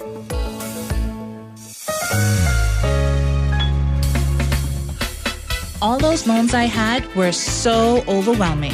Fidelity's debt consolidation loan combined all my loan payments into one easy payment with a built-in savings plan that pays me unbeatable interest. It's time to make that move to Fidelity. Call 356-7764. Fidelity, we're good for you.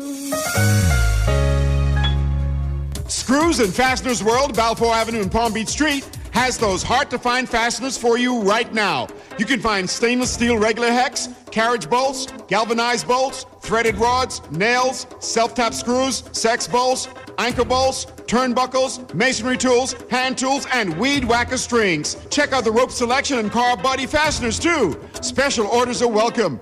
It's your #1 fastener store. Screws and Fasteners World, Balfour Avenue and Palm Beach Streets. Call 326-1976.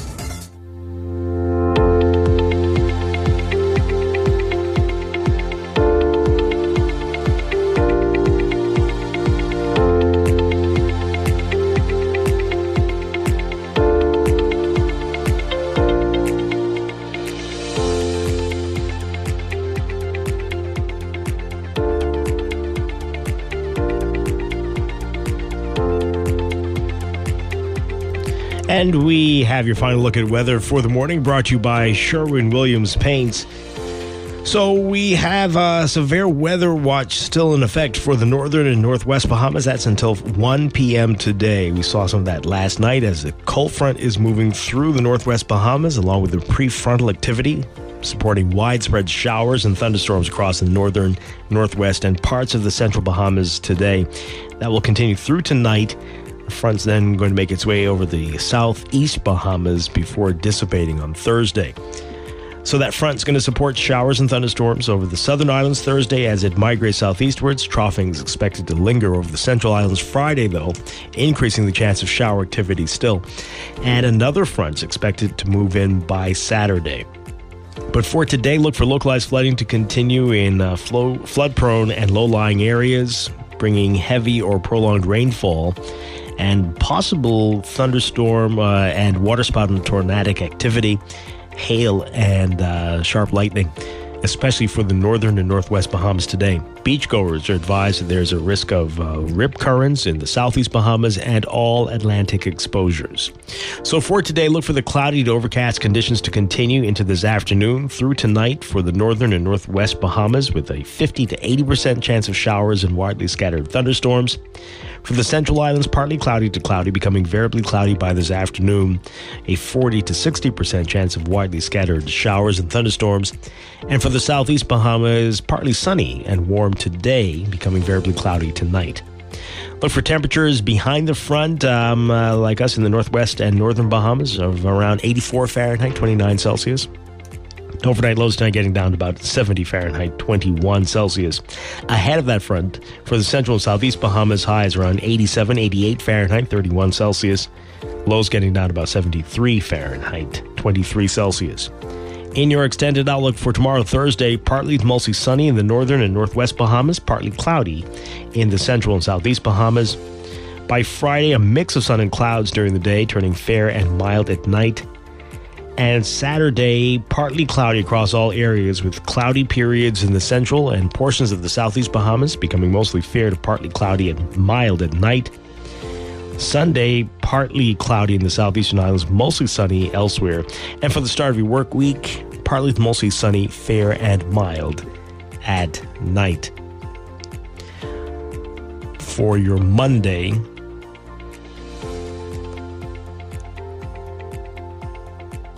which will be part of Holy Week.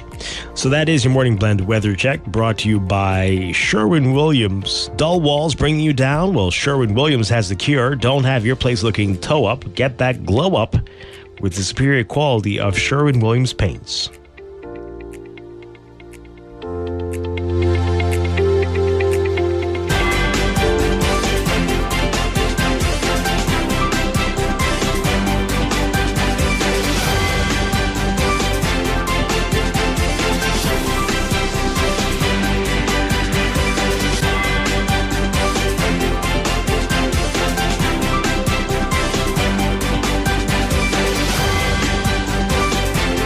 And time for traffic, brought to you by RBC.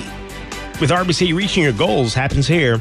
We've got heavy traffic on West Bay Street, just east of Arawaki. You'll see that in both directions, east and westbound of Nassau Street. Slow, very slow moving traffic there. Traffic picks up again and once you get downtown on Bay Street. Slow moving eastbound traffic. And then we've got Duke Street and Blue Hill Road, seeing some long lines there. Keep that in mind. We've also got, as usual, Milo Butler Highway, still heavy traffic north of Fire Trail right now as you get closer to Harold Pond if you're heading northbound. And Blue Hill Road looking busy for you from St. Vincent straight up to Independence Drive, especially near Carmichael and north of Soldier Road. Independence Drive backed up in both directions, especially eastbound right now. And East Street north and south of the Soldier Road intersection, seeing some slow-moving northbound traffic at this time. Robinson Road and Prince Charles Drive, not looking pretty for you if you're heading westbound, especially on the Robinson Road side, all the way up to Marathon Road. And Eastern Road still very busy for you. Foxhill Road seeing slow-moving traffic as well. From San Souci straight up to Johnson Road, slow-moving westbound traffic. Shirley Street, busy for you west of Village Road, all the way up to Mackey Street. Those are your hot spots. That's your real-time traffic and your morning blend traffic alert brought to you by RBC. With RBC, your ideas happen here.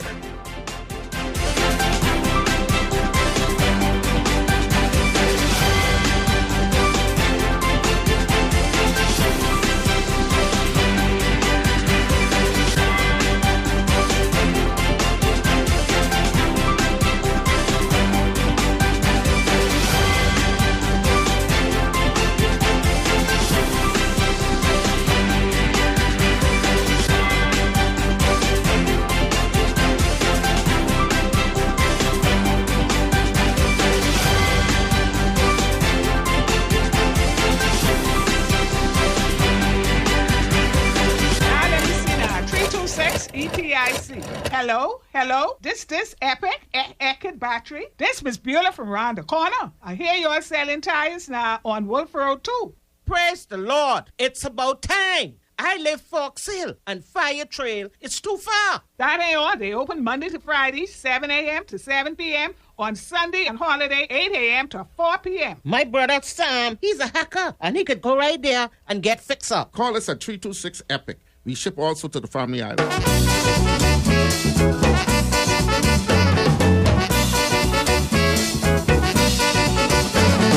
Nassau's gone funky. Nassau's gone soul. We've got a dug on beat now. We're gonna call our very own Nassau Rock and Nassau Road. Nassau's got a whole lot of soul. Feel right. Well, welcome back to Morning Blend here on Guardian Radio 96.9. Dwight Strachan along with Chester Robards. And did you know Nassau is celebrating a major milestone this year? A very major milestone. Do you remember this from your history books? It was 1695. That is 330 years ago this year that this city that we are in was renamed and became a thing.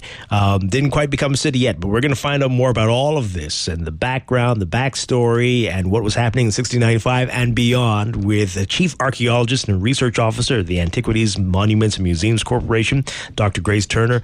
Dr. Turner, great to have you with us. Good morning. Good morning, and thank you. It's nice to be here. All right, so take us back. Not 1695, but a little bit before that. There was another town situated where that Nassau is today. Let's find out about how that came to be and what led to Nassau. Okay, so we go back about 30 years before the 1690s to about 1660. Mm-hmm. The Bahamas, we had our first European settlers. They were British. They had come in from Bermuda. Those we know as the Lutheran adventurers. There was all of this social and political unrest happening in Great Britain at the time that involved the church. There was some struggle between the king, parliament. That was impacting the early British colonies. And in Bermuda, there was all of this dissension. Mm-hmm. So one group, they put in a proposal to the king. Ironically, it was Charles I. He was the only British king executed. And it was shortly before he was executed, he gave permission for them to create a new settlement in this archipelago we now know as the Bahamas. Mm-hmm. And ironically, that it is that settlement that caused the archipelago to be divided between the two sectors that we still have now, which is the Bahamas and the Turks and Caicos Islands. Okay. Geographically, it's one archipelago. Right. In the Lucayans, it was one archipelago. Right. The Bermudans had developed a lot of shipping. They were collecting salt from those very southern islands. So the Bermudans got a stipulation put in this charter that these new settlers could settle anywhere in the archipelago except the very southern end. And so that's how we get what became the Turks and Caicos Islands, separated from the Bahama Islands. And those settlers, they came, they had some idea about these islands, but they weren't the best navigators and sailors. So they had a shipwreck just off the north coast of the island they renamed Eleuthera, because they were not necessarily going to that island. Oh, wow. And because they had a shipwreck, we know that they would have lost, they didn't lose many lives. Most people got to shore, but they would have lost all their tools, their supplies, and they're coming to a new place. There is no record that there were settlers here. Before that, the Lucayan people, they had all been taken away. So it was going to make it extremely difficult for them to reestablish themselves. They literally had to settle in a cave. We now know as Preacher's Cave, the northern end of Eleuthera, for a time. And that wasn't enough. They had to get to the nearest British colony. Spanish and French were not going to help British people at this time.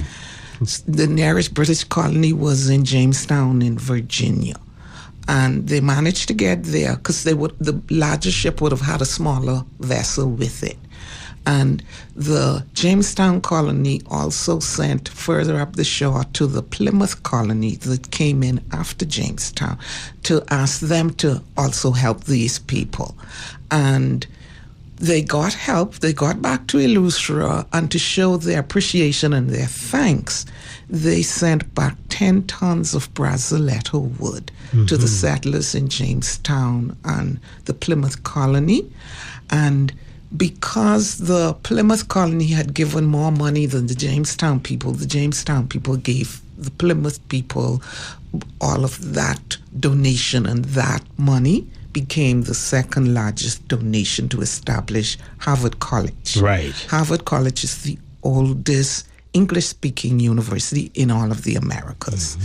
And so even though this group... We should all get free tuition to Harvard. Yeah, after definitely. That, right? We need to remind them about that. And but this colony, even though they got this help, it was never what they expected, because all the American colonies were similar. The British king gave permission to settle, but you would have a group of investors who put up the money. Regular workers, if they didn't have the money, they would have someone back them and they would pay it off. Those are the indentured workers. That was working better for the American colonies. The Bahamas was the exception to this rule. They struggled. And the first leader, William Sale, he knew one of the proprietors for the Carolinas. And at this point, the Carolinas included the two Carolinas now and Georgia. Florida was Spanish.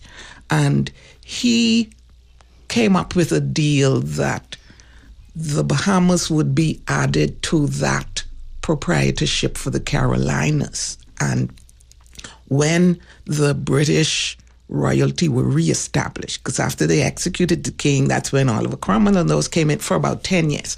That period ended, and that's when Charles II came back in by 1660, and he granted the proprietorship for the Carolinas. And within about 10 years, by 1670, that's when the Bahamas was added to that. And once the Bahamas was added, the stipulations for that agreement was that the proprietors, title for all of the land all over the Bahamas lay in the proprietors, not in the British Crown. The proprietors were authorized to establish a parliament. So technically, the Bahamas has a parliament that dates to 1670, not 1729. Wow. And you could raise taxes. That's where the Bahamas kept falling short, because by this time, settlers had been in the islands for at least about 20 years, and they were going free for all. It was pretty random. They would do wrecking, and the wrecking wasn't invented in the Americas. This came out of standards for wrecking that were in the British Isles, because those are islands too. And they would go collect hardwoods. That's how they had the Braziletto. That's why all of our native hardwoods are protected now, because for over 300 years we've been cutting them and selling them. They would collect turtles and turtle eggs, because European people were not aware. Turtles are tropical animals. Europeans were not aware of these creatures before. So these were novelties. They were exotic items. They would have been more expensive and sought.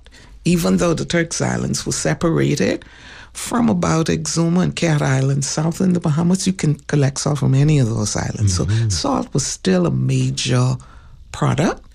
And so there were all of these items that you could collect and sell, but they are not the most reliable. And so Bahamians were, well, this is before the period of nationalism. So these were people who considered themselves British subjects who lived in the Bahamas. But they were developing that very independent spirit and independent character. And by the early 1700s, one of the new governors was describing and saying, whether they're black or white, these people, they have this bold and daring independent spirit living in these islands, because the islands, we recognize them as beautiful now, but they're a harsh environment to live in if you have to just establish yourself. So the Bahamas was the exception to the rule on how you could extract wealth from these islands. So the proprietary governors, they were not being successful. One of the first ones, he wanted to stick to all of the rules and regulations, and the proprietors had instructed him to make sure the people established plantations and they grow stuff. You know what they did with him? They arrested him, put him on a ship, sent him to Jamaica. He was not allowed back. Wow. But one of these governors, about 1678 or so, he was a little confused. He issued these letters of marque, they were called. It was like a government license, a permit to allow citizens in your territory to go out and attack enemy ships. But that was supposed to be at a time of war, and the ships you were attacking were supposed to belong to the enemies. Well, of course, they were attacking Spanish ships, but there was no war at the time, so Spain was not the enemy. The Spanish government complained to London. The proprietors almost lost their license for the Bahamas. So, of course, the heads that role was not theirs, it was his.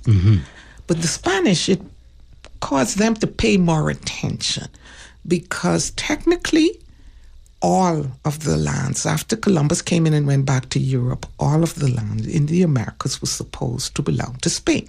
But the British, the French, and the Dutch especially didn't abide by that. They were challenging that, but you had to be careful, because if Spain caught you, because they were the most powerful one, you literally paid with your life.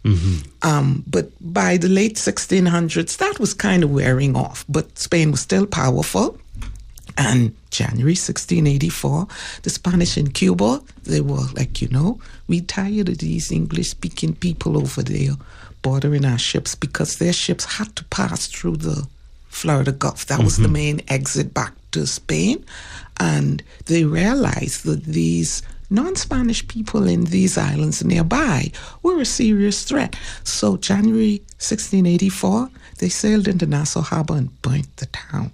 That was the first time, because according to the Spanish, from the governor on down, was pirates. Wow. So at this time, it was still Charlestown. It was Charlestown. And how many people would have been living here at that time? And what was it like? A couple hundred. It would have probably been about 500-600 people. There would have been wooden buildings. It wouldn't have been very fancy, because there wasn't much money coming in. And most of the money would have come from salvaging wrecks and going out pirating.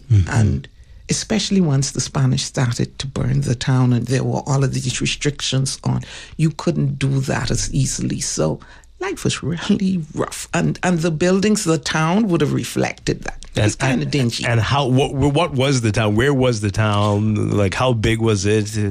Did it have streets? The town was where it is now. Mm-hmm. It's on the shore, on the waterfront, around the harbor. So the harbor, and that's why this island was settled. This island was always the capital from the 1670 because of that protected harbor. Mm-hmm. What we now know as Paradise Island, it used to be Hog Island, that is a barrier island for the main island. That protects that harbor. And it's an open-ended harbor.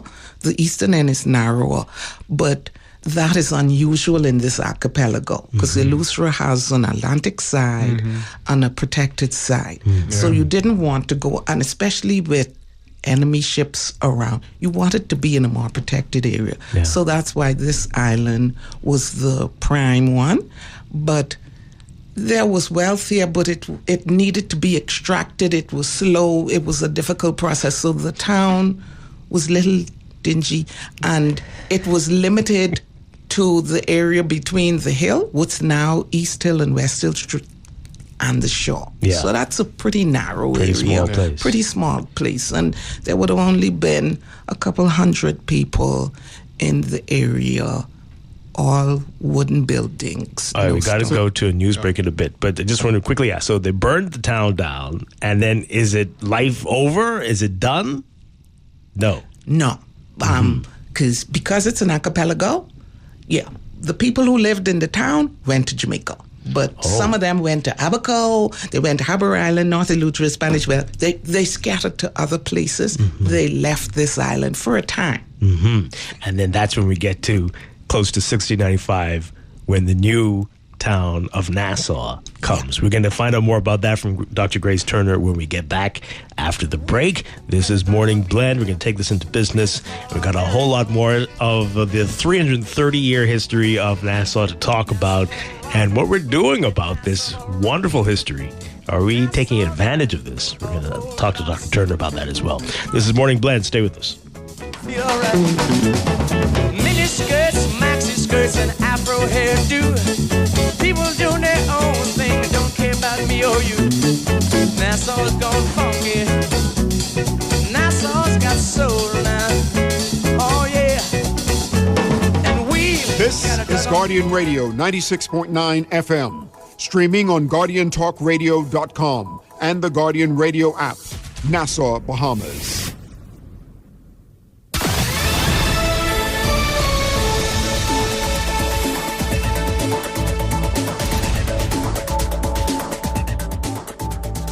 This is the Guardian News Network update on the hour. Hello, everyone. I'm Charlene Ferguson. Free National Movement leader Michael Pintard has dismissed as a joke this government's claim that $183 million West Grand Bahama road contract was paused and erroneously included in a public procurement list. Pintard says Mr. Davis wants to blame civil servants, but somehow that mistake made it into the Inter-American Development Bank's Invest website as scheduled for board consideration this very month. He asked, how did the vendor make it this far within the IDB approval process without the full support and endorsement of the Davis administration? Pintard accused the Prime Minister of making a mockery of procurement law and once again pretending to save the day after being caught in an indefensible situation. OPM said after reviewing the decision-making process surrounding that contract, the Prime Minister is satisfied that no improper intent or malfeasance occurred. In other news, a New York Court of Appeal has upheld a lower court ruling awarding Sarkis Merlian's BML Properties Limited $1.6 billion in damages after finding China Construction America defrauded BML out of its Bahama investment. The appellate court concluded that the lower court accurately established that China State Construction Engineering Corporation Bahamas Limited, a CCA subsidiary, did not act in the best interest of the project, specifically pointing to one CCA executive's decision to strip manpower and resources from the resort project, diverting funds from the project that were meant for subcontractors and causing or authorizing delays. Responding to that decision, Merlian said his company will continue aggressively enforcing its rights against CCA, its affiliates, and all those who orchestrated the fraud against his company. He expressed hope, though, that they will come to their senses and enter into a rapid settlement to minimize the disruptions to their operations that have been caused by their actions. And search teams are looking for another man missing at sea. We're told this one went missing Tuesday while attempting to leave Grand Quay en route to Freeport on his 17-foot aqua sports boat. Police were informed around 4 p.m. The Police Force, Defense Force and BASRA are conducting that search. That's what's making headlines at this hour. Thanks for listening, everyone. Have a great day.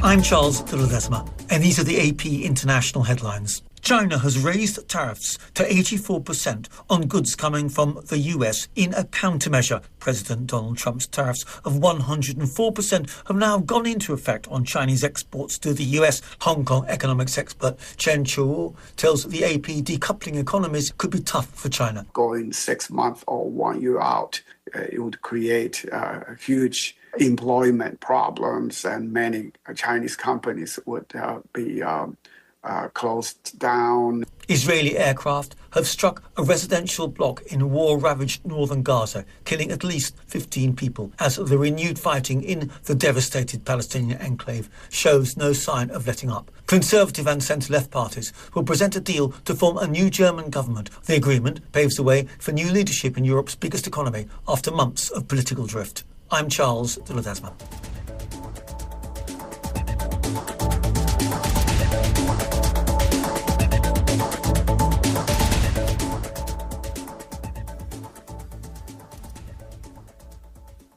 This is Guardian Radio, your station for up-to-the-minute news and intelligent, interactive, and engaging conversations.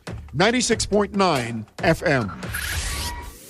The views and opinions of the hosts and guests are their own and do not necessarily reflect the views of the management and staff of Guardian Radio.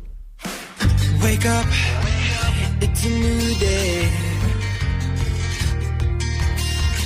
Wake up, it's a new day.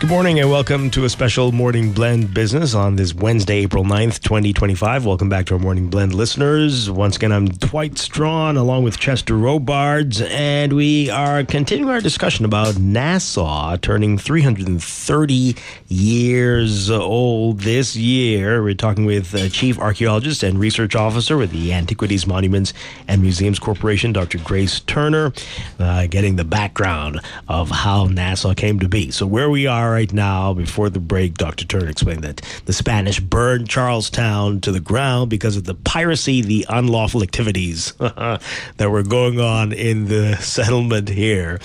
So how many years before someone decided that we should rebuild the town back? Okay, well, the majority of the persons who lived in the town went to Jamaica. Mm-hmm. That was the biggest British settlement in the region at the time. And it was about 5-6 years, less than 10 years later, they filtered back.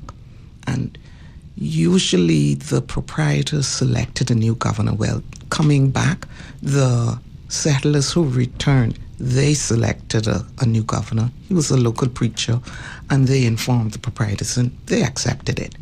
And this would have been about 1690. Mm-hmm. They returned. That preacher, he didn't stay in office. He was Thomas Bridges. He didn't stay in office very long, 1 or 2 years. And then there was another one, Cadwallader Jones. He and the local residents did not get along. They were battling him. He was battling them. They arrested him and imprisoned him. And the proprietors then appointed Governor Nicholas Trott. And Governor Trott came in. And on coming in, Governor Trott evidently came in with a plan.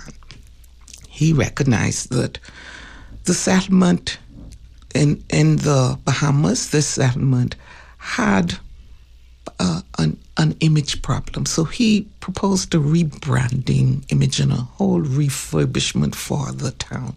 He proposed to the proprietors that he rename the town Nassau, because he is coming in, this is 1694-95. There is a new king. King Charles has moved on. This is the time of King William and Mary. William was Dutch, but his mother was British. His wife was English. She died first. But when he was crown prince, his title was Prince William of Orange Nassau. So Nassau isn't an English title, it's Dutch because of King William. But he was the monarch. So the governor proposed that he refurbished the town and renamed it Nassau. And the proprietors thought that was a good idea. So they gave him permission to go ahead.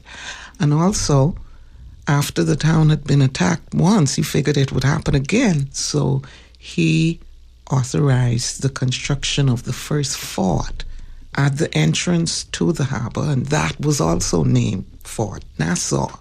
And so the town had this new rebranding. He had the streets relaid out. The main street that we know as Bay Street now would have been in place. And a street that would correspond to its Nassau Street would have also been in place. And at least one that corresponds to East Street as far as the bottom of the hill just past Mortimer's and the police station. That would have been the eastern limit of the town, and then the ridge where the governor's mansion is, that would have been like the southern limit. That was pretty much the extent of the town.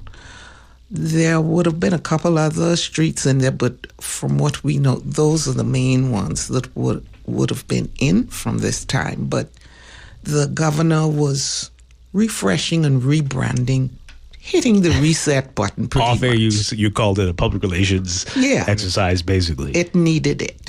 And it worked for a short time, but unfortunately for Nassau and the governor at the time, that whole pirate issue was on the rise, not the decline. And continues to this day. No, that's a joke. But 1695, Jess, we'll get to your question in a second. But do we know when in 1695, the month or anything like that, so we can have a marker at all? When? Not really. Yeah. Because we would have a reference when the new governor was coming in, and the proprietors responded to him and told him, yes, they approved of his plan to rename the city, and he had talked about refreshing and rebranding. But when that was unveiled, not really. No.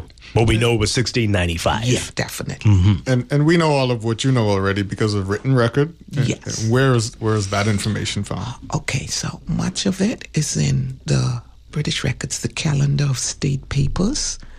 So the calendar of state papers, and you can find these online, British Archives online, British History, British Archives online, calendar of state papers, America and West Indies series, because it's America and West Indies, then there is Asia and Africa. Right. We're in with the Americas and the West Indies.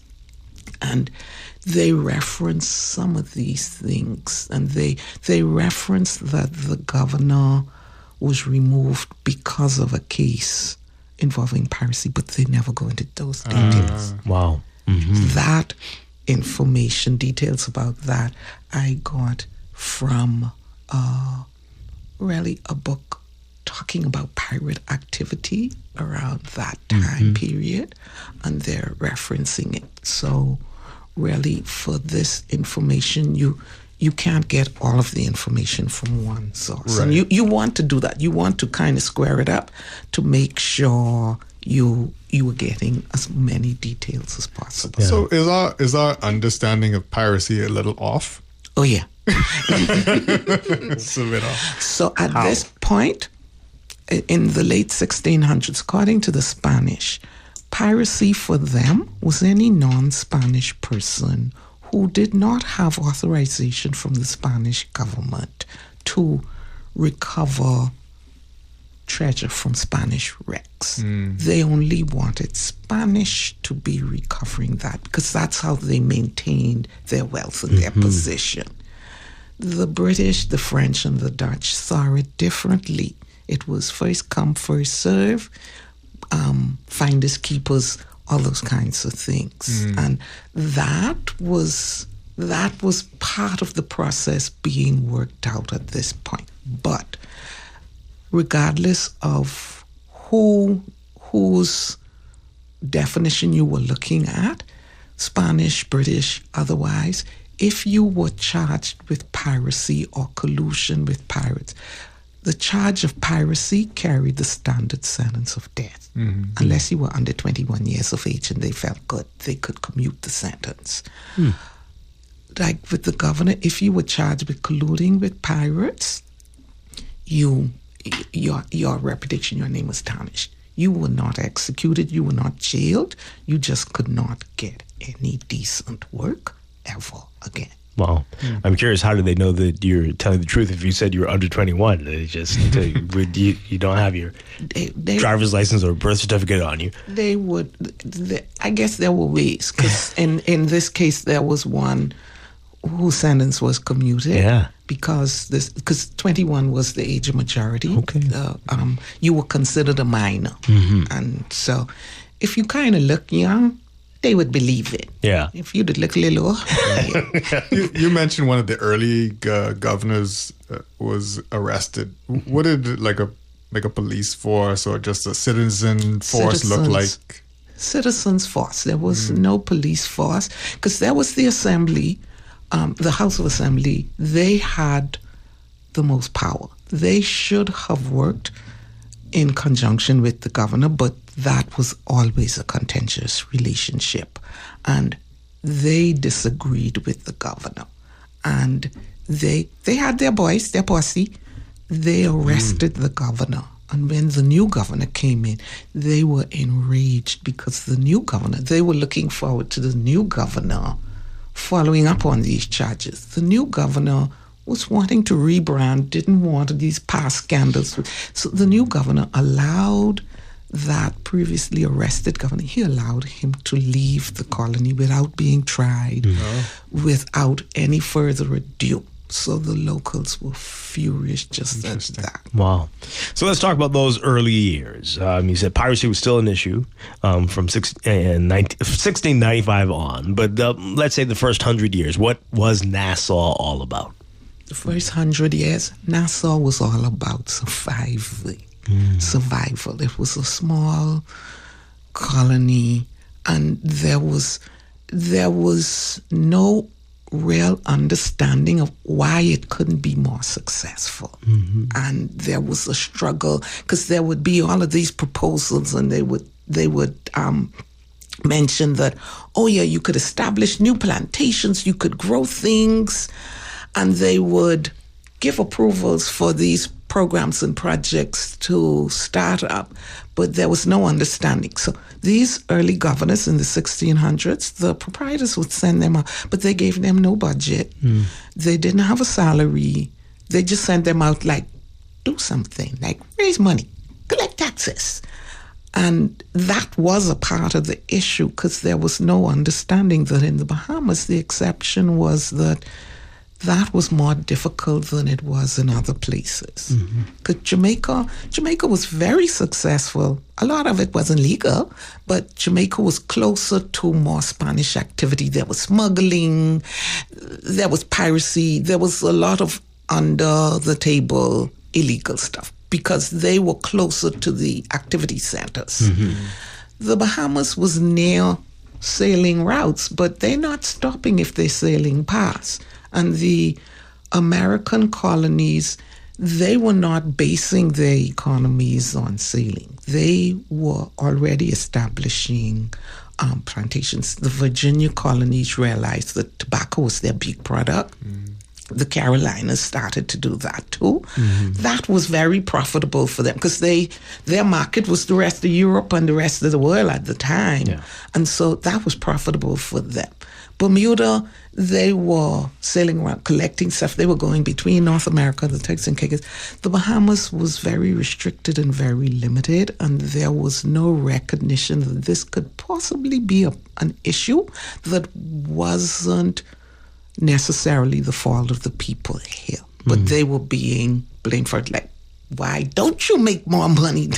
You in this place, you in the right place. How come you're not making more money? There was no real understanding at that point. This sounds so familiar, though. I mean, has anything changed? Oh my goodness gracious! We still wow. Was there such thing as tourism in any kind of sense at that point? No, not at that point. But by the time the pirate period for the Bahamas goes away, that quietly starts to develop. Because the pirate threat, that was like the threat of terrorism now. It's like, oh, terrorists out there, you have to be careful. Right. And there's no real understanding of where they are, how they move, how they operate. And so the Bahamas had that reputation from the Spanish. The Spanish would literally say, from the governor on down, we consider pirates. So nobody in the Bahamas they had respect for. All of them over there, especially if they talk in English, you can't understand them. They all pirates. And the British people, they were like, oh yeah, they on the edge, they on the fringe, they pirates. You have to be careful of them. So we were kind of caught in the middle, caught on the fringe, and also not understanding what would pull us out of this. Yeah. So you mentioned that before some went after Charlestown and burned down. Some people here moved to Abaco and some other parts. Were there any other successful settlements in the Bahamas other than what became Nassau? No, those other settlements in the Bahamas, the ones in Abaco shifted. The most stable ones were the ones in North Eleuthera, especially Harbour Island and the northern end of Eleuthera and what later became Governor's Harbour. But they were always smaller settlements than the one on New Providence because they would have an Atlantic side. You could get an attack in them faster than the one on New Providence. And so because of that issue, they were never the bigger ones. So in the early years, and Dwight mentioned the first 100 years, where was the money coming from for the city or the town, for the most part? From wrecking. And the wrecking at this point would have included what the Spanish considered piracy. So that's all illegal to the rest of the world, essentially. Yeah. The big area was wrecking. Because the Bahamas, and it's still today, it's a huge archipelago, more water than land. There are all these reefs and shoals. It's uncertain. Europeans were still learning and understanding to move through these areas. They didn't understand trial and error. Yeah, and when storms would come up. So the wrecks in the Bahamas would be Spanish wrecks, and most of those were treasure wrecks. That's why the Spanish were so angry. Yeah. So we were vultures, hyenas, just waiting for the kill. Opportunists. Opportunists. That's a good word. Okay. But that built the town. Oh yeah. It worked. It maintained it. Yeah. All right. So we're still a town now, and there's a little while later before we become a city in the late 1800s, right? In the early 1800s, and around the time of slavery and the abolishment of slavery, what would Nassau have been like? Okay, so we managed to survive the pirate period. The town is small, dingy, and there is all of this discussion like, oh, now we have an opportunity to grow and develop. That still wasn't happening so much.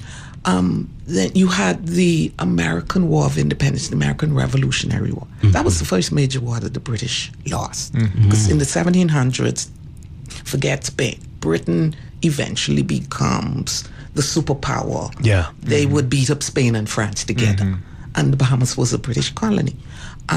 But at the end of that Revolutionary War, during that Revolutionary War, Nassau was captured twice. First by the new American Navy, who were only looking for gunpowder. But just like now, we heard the news, we sent the gunpowder away. So by the time they got here and captured the town, it was like, oh, that's nice, but no gunpowder. And then about 5 years later, 1782, the Spanish from Cuba, again, they are also recognizing that they need to manage the head of the Hydra in the Bahamas, because by this time, Spain and France are assisting the Americans. That's how come they won. If Spain and France didn't help them, they would have remained British colonies.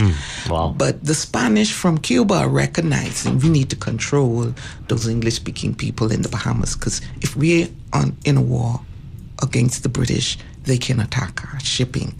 And so the Spanish captured Nassau and held it for the last year of that war. And during a previous war from the 1760s, Britain had captured Florida and taken it from Spain. So until the Spanish came in and took Nassau, the British controlled both sides. They controlled Florida and the Bahamas.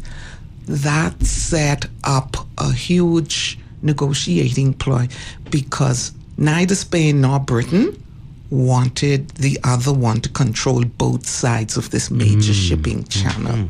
So Spain was demanding Florida back from Britain at the end of that war. And the most Britain could manage in this war that they were losing, since they had to give up Florida, they requested that the Bahamas be returned to Britain. And because the British realized then it may not be a rich colony, but at least it gives us some leeway to that important route. Yeah. And all of those colonists from those American colonies who wanted to stay with the British crown, those are the loyalists, the ones of them who couldn't make it to Canada, they had to come to the Bahamas after the British had to give Florida up. That period, and that goes from the 1780s to like the 1820s, that again is another opportunity for the Bahamas and Nassau to press the reset button. Right.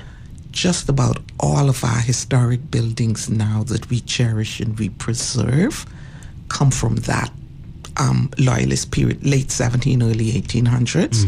The only exceptions would be Fort Montague, the 1740s, and possibly Vendu House, where Pompeii Museum is, because that was the marketplace for the town.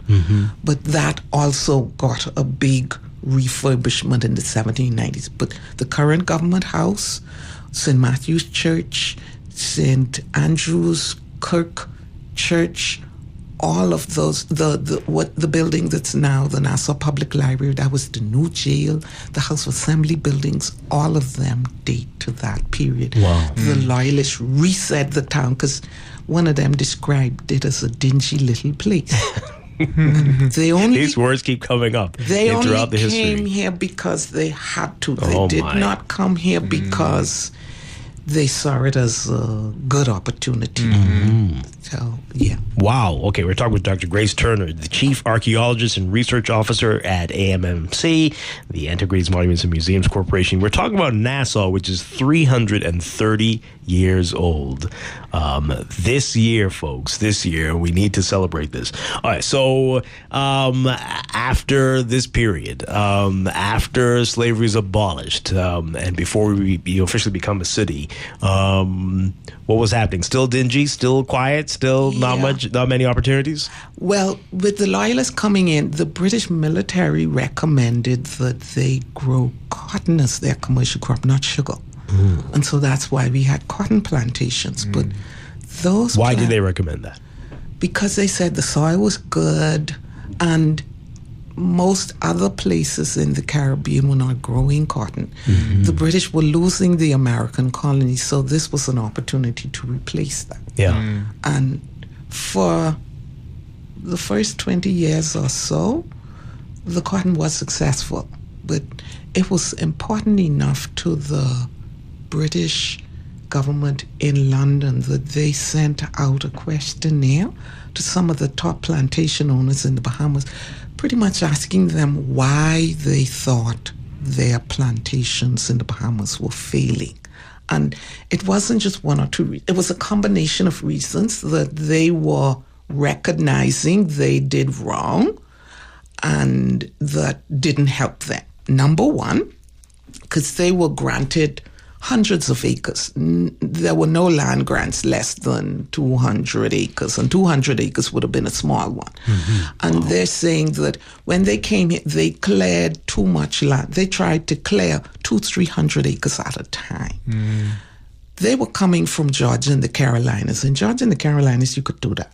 Do that on a Bahamian island, you're going to pay for that, literally. It because the Bahamas, we are semi-tropical. The tropical cancer runs through the Bahamas. Right. So with tropical soils are very lush, but they're also fragile. They recognize a bit too late that when you cut down all of the trees, you need large trees to act as a buffer for your new young plants. So they cut down too much trees. They knew about fertilizer and all of that. But the fertilizer didn't help if you cut down all of the trees. And then once you cut down the trees, they realized that these islands are in a transitional geographical area. The northern Bahamas can get frost at some points in the year, and then they can get intense heat. So you cut down all the larger trees. You have these younger crops that you want to protect. When the heavy, colder weather comes, your young plants are not protected. When the heavy heat comes, you don't have the larger trees there to shade and shelter them. And then, to add insult to injury, not one or two, a couple sets of bugs came in to eat the young plants. So it was as if they kept getting blow after blow after blow.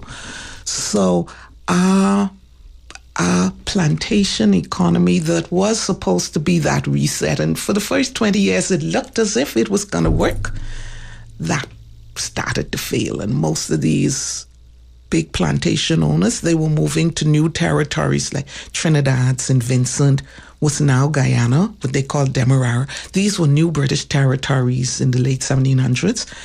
A lot of these plantation owners were moving to them because they could get fresh new land, and they already realized your profits, your returns would be much higher than here in the Bahamas. You had to struggle too much.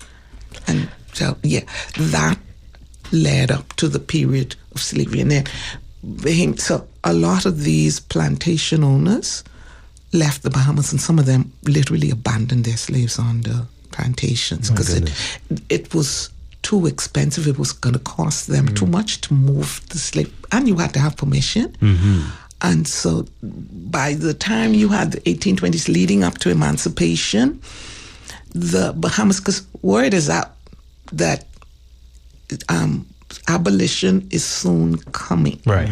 And so the slaves are hopeful. So at the slightest little provocation, we go stop work, we go around, we go fight. Because we hear slavery coming, and them people, they trying to keep it from us. And so there was a lot of this tension. And so you see the biggest issues around slavery and rebellion happens in the late 1820s. It's adding another aspect to an already difficult situation. The economy was rough. These plantation owners, they were seeing their bottom line was scraping the bottom line. And the slaves was just hearing the people say, we soon to be free. When you could tell us we could be free. And so there were all of these tensions playing out. So there's this idea, I think, was slavery for the Bahamas later and shorter than other areas of the Caribbean and maybe Americas? Not really. From the pirate period, we would have had slavery, but what the exceptional area that the Bahamas fell into was up until you get to the late 1700s, we didn't have established plantations. Right. It was the plantations that required owners to have a workforce of several hundred slaves, and you had to keep on them because you had a routine that you wanted to follow. Right. The Bahamas didn't have that. And that's what set up even blacks in the Bahamas to have a lot more leeway than they would have had elsewhere. But slavery in the Bahamas, we know that there were enslaved persons, because when the Spanish burned the town in 1684, it said that they took some slaves with them. So there were slaves there, but nobody in the Bahamas had too much money, so they didn't pay as much attention to it. And then the ones who were mixed race, the free people of color, unless you really got into the center of things, no one paid as much attention to you. You were allowed way more access than if there was more wealth to fight over, then they would have defined who would be shut up. Well, nobody had nothing. So the fight was over just survival, really. Right. And that's why the plantation period became so contentious, because that was resetting the issue. But then that failed. And so by the time you had emancipation, some of those slaves literally were abandoned on that property. And over time, legally, that's how they ended up being recognized by British courts as the legal owners of the property. Wow. All right, so time is really going very quickly because we could listen to you all day, Dr. Turner. But I want to get to the point where we become a city, how that came to be. And then we want to talk about why we don't remember these things, about how this is a significant milestone. 330 years. Nobody's talking about this. Why is that? But when did we become a city? Okay, so Nassau did not officially become a city until 1861, when the Bahamas got its own Anglican diocese. The Anglican Church was a state church, and technically a city, in the British tradition, a city is only officially a city when it has a cathedral.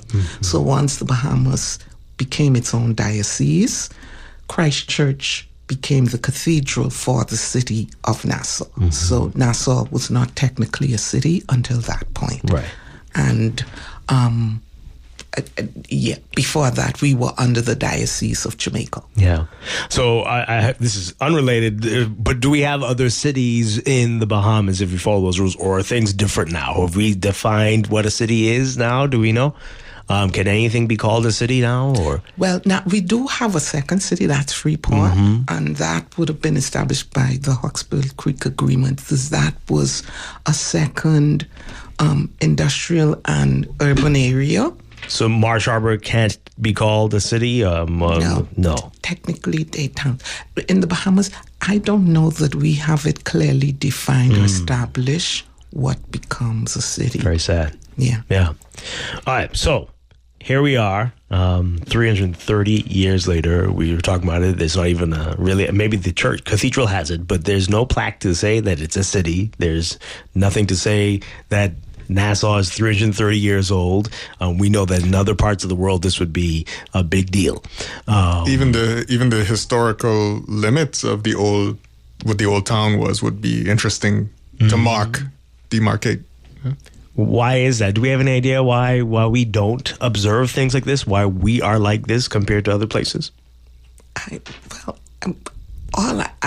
don't really know. All I could suppose is that at key points, there were other issues going on that distracted, because at the point when Nassau became a city in 1861, the Methodist Church was also working to disendow the Anglican Church as the state church.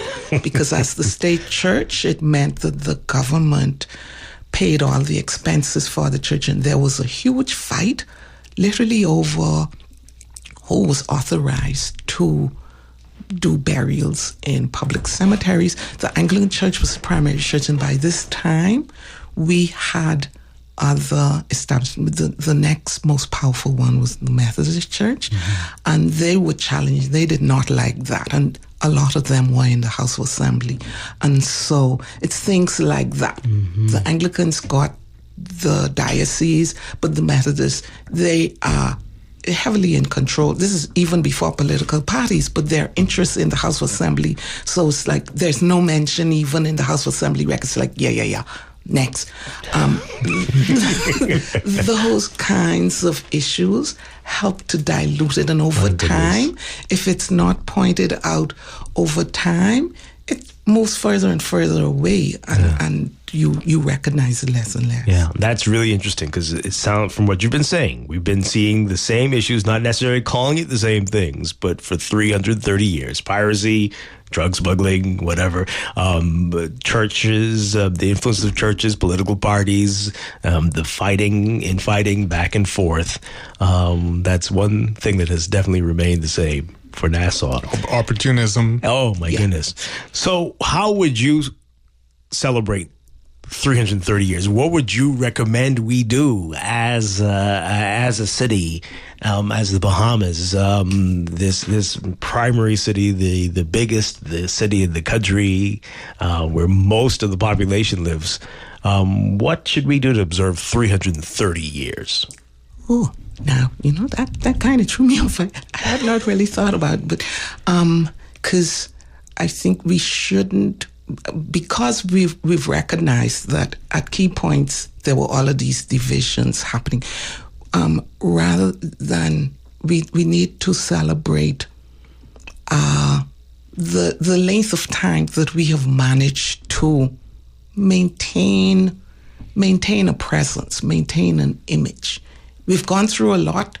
We've been there and back. We've been through a lot. We need to highlight how far we have come, how many challenges we have overcome. We need to focus on that so that we're not highlighting that, oh yeah, we're the only city or we're the oldest one. We need to focus on something that will encourage other Bahamians to want to say, I like that, I recognize that, but we have managed to survive. When we look at other English-speaking Caribbean territories, we are older than a number of them. Oh, yeah. We are older than the U.S. Constitution and their capital. We are older than that. So we need to focus on our survival over such a long period of time, because you would expect and understand that over such a long period, you would have gone through a lot. You would expect that you would have encountered off air. Miami is only, 120 years old, maybe? Yeah. And of course, we know Bahamians played a big role in that. Miami. Yeah. Yeah. But they certainly celebrate and they remember, but we're not doing it. Yeah. Very odd. You're a wealth of knowledge. Where can we get more information from you? Where can people find you if they have questions? Oh, okay. So I'm based at the headquarters for the National Museum of the Bahamas. That's under the Antiquities, Monuments and Museums Corporation. The offices are housed on the compound of the Collins House between Shirley Street and Collins Avenue. You enter from Collins Avenue. That is where I'm based. And a lot of my research information would have come from the Department of Archives. Some of the material is available online, but most of it you have to physically go into the archives to access it. Yeah. Wow. So we're going to keep talking about 330. Hopefully we'll have a citywide, a nationwide celebration for Nassau. We know we have a lot of work to do, but definitely we should celebrate. We should. Dr. Grace Turner, pleasure talking with you. Yes. Hopefully we will talk again soon. Thank you for being here this morning. Yes, thank you. Thank you, too. It's been a pleasure. All right. We're going to take a break and be back with our final few minutes of Morning Blend Business here. Spread the word, folks. 330 years old. We got to celebrate. We got to party. We got to do something to mark this anniversary of Nassau. We'll be back. Stay with us. Nassau Rock and Nassau Road. Nassau's got a whole lot of soul.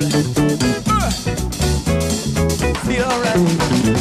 At CFAL, we understand that a secure future is the greatest gift you can give your employees. That's why our tailor-made group pension solutions are designed to fit the needs of both large and small companies. With CFAL, you can provide the retirement you and your employees deserve, ensuring peace of mind and financial stability for years to come.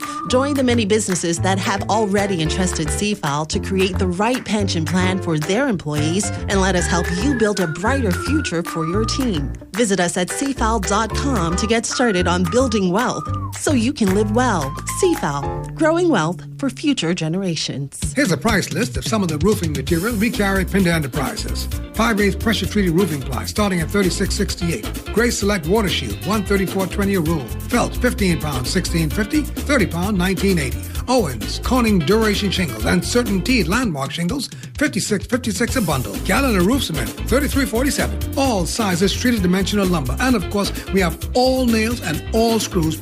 We have 5/8 sheetrock, $28.76. Half-inch sheetrock, $22.18. All prices include VAT.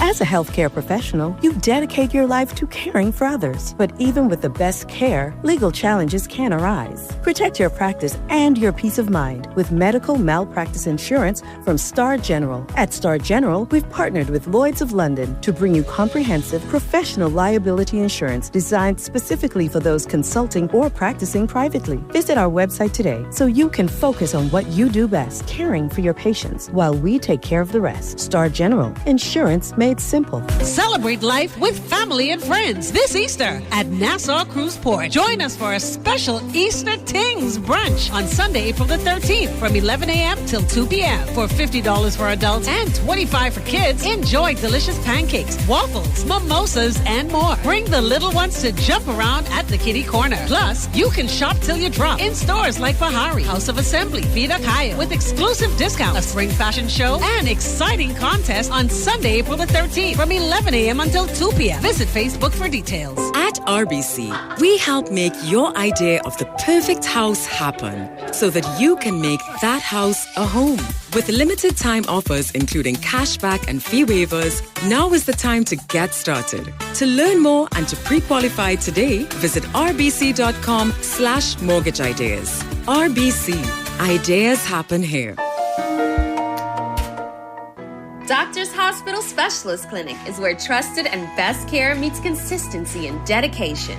Let our expert specialists take you on a healthcare journey where warmth, compassion, and your well-being come first. From diagnosis to prescription, we are with you every step of the way, ensuring your peace of mind. Visit us today at Centerville Medical Center, Collins Avenue and 6th Terrace, and discover quality, compassionate healthcare at Doctors Hospital Specialist Clinic. You work hard for your money, so let your money work hard for you. With as little as $1,000 to start, you can watch your money grow by investing in CFAL's Bahamian dollar and US dollar mutual funds, each tailored to match your unique investment profile. Our expert advisors are dedicated to crafting personalized investment strategies to help you achieve your financial goals. Don't miss out on the chance to earn higher returns on your hard-earned money. Join the thousands of investors who trust CFAL and start your journey toward financial freedom today. Visit us at cfal.com to learn more about our saving and investment options. And let us help you build wealth so you can live well. CFAL, growing wealth for future generations.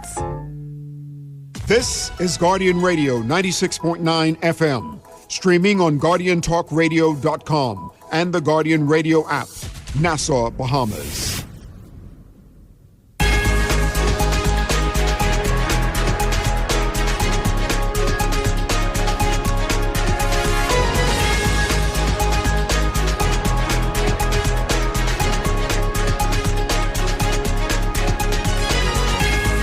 It is time for your morning business report brought to you by CFAL. President of the Bahamas Hotel and Tourism Association, Jackson Weish, urging tourism sector players to monitor the booking pace in the sector amid the global trade war initiated by the United States. He's saying the need is to employ creative strategies and adjustments when necessary to attract guests to the destination. Weish telling Guardian Business by email in response to Central Bank Governor John Rawls' comments on how the U.S. trade war will likely create a slowdown in tourism, that the announcements by the U.S. government concerning trade policies and the turbulent outcomes reflected in key economic indices have given rise to grave concerns. He says overall the tourism industry response to what lies ahead requires a watchful eye on booking and adjusting as necessary to forecasts and actualizations. Carnival Corporation has signed the first set of contracts with 26 Bahamian companies that will be operating retail and food and beverage outlets at Celebration Key on Grand Bahama. In a statement, Carnival says that the first businesses that signed on with Celebration Key, it's a whole list of it. You can read about it in today's Guardian Business section. CEO of Fidelity Bank and chairman of the Bahamas Clearing Banks Association, Gowan Bowe, says the advancements in the Bahamian economy that led credit rating agency Moody's to upgrade the country's rating outlook from stable to positive will have to be continued and fiscal goals met in order for Moody's to upgrade the country's credit rating. He says the government will have to execute its best fiscal plan and effectively and quickly do that. Bowe says that while the Moody's rating outlook change is good, it's not time to celebrate, but to work to get a country 4 levels deep in junk bond status back to investment grade. And Rupert Pinder, assistant professor of economics at the University of the Bahamas, is warning that the mass layoffs in the U.S. federal government brought on by the Department of Government Efficiency, or DOGE, will negatively impact the labor market, consumer confidence, and consumer spending, which will impact the tourism sector here in the Bahamas. Pinder, speaking to Guardian Business, says that it's not a trade war that will have the biggest effect on the global economy, but the fact that DOGE has been firing public sector employees and has created fear in the minds of U.S. consumers. Read more in his comments in today's Guardian Business section. Overseas, China again vowing to fight to the end today in an escalating trade war with the U.S., announcing it would raise tariffs on American goods to 84% from Thursday. Beijing also added an array of countermeasures after U.S. President Donald Trump raised the total tariff on imports from China to 104%. Beijing said it was launching an additional suit against the U.S. at the World Trade Organization and placed further restrictions on American companies' trade with Chinese companies. The Ministry of Commerce, writing in a statement introducing its white paper on trade with the U.S., quote, if the U.S. insists on further escalating its economic and trade restrictions, China has the firm will and abundant means to take necessary countermeasures and fight to the end.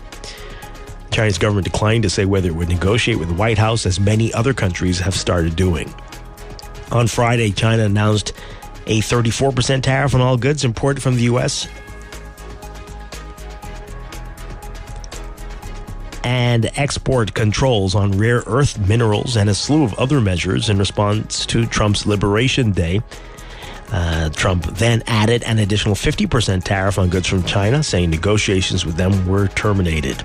Today's newest measures include adding 11 American companies to the so-called unreliable entities list that would bar Chinese companies from selling them dual-use goods. Among the companies are American Photonics and Synexus, both of whom work with the American military.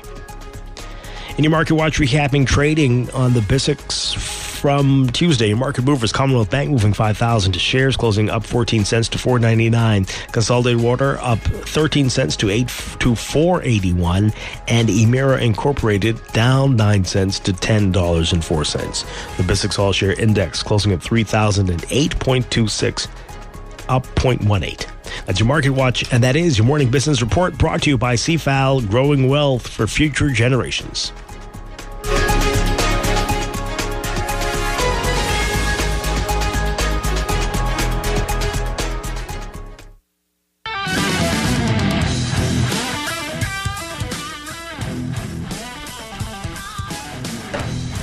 And that's going to do it for us today, folks. So keep that in mind. How should we celebrate the 330th anniversary of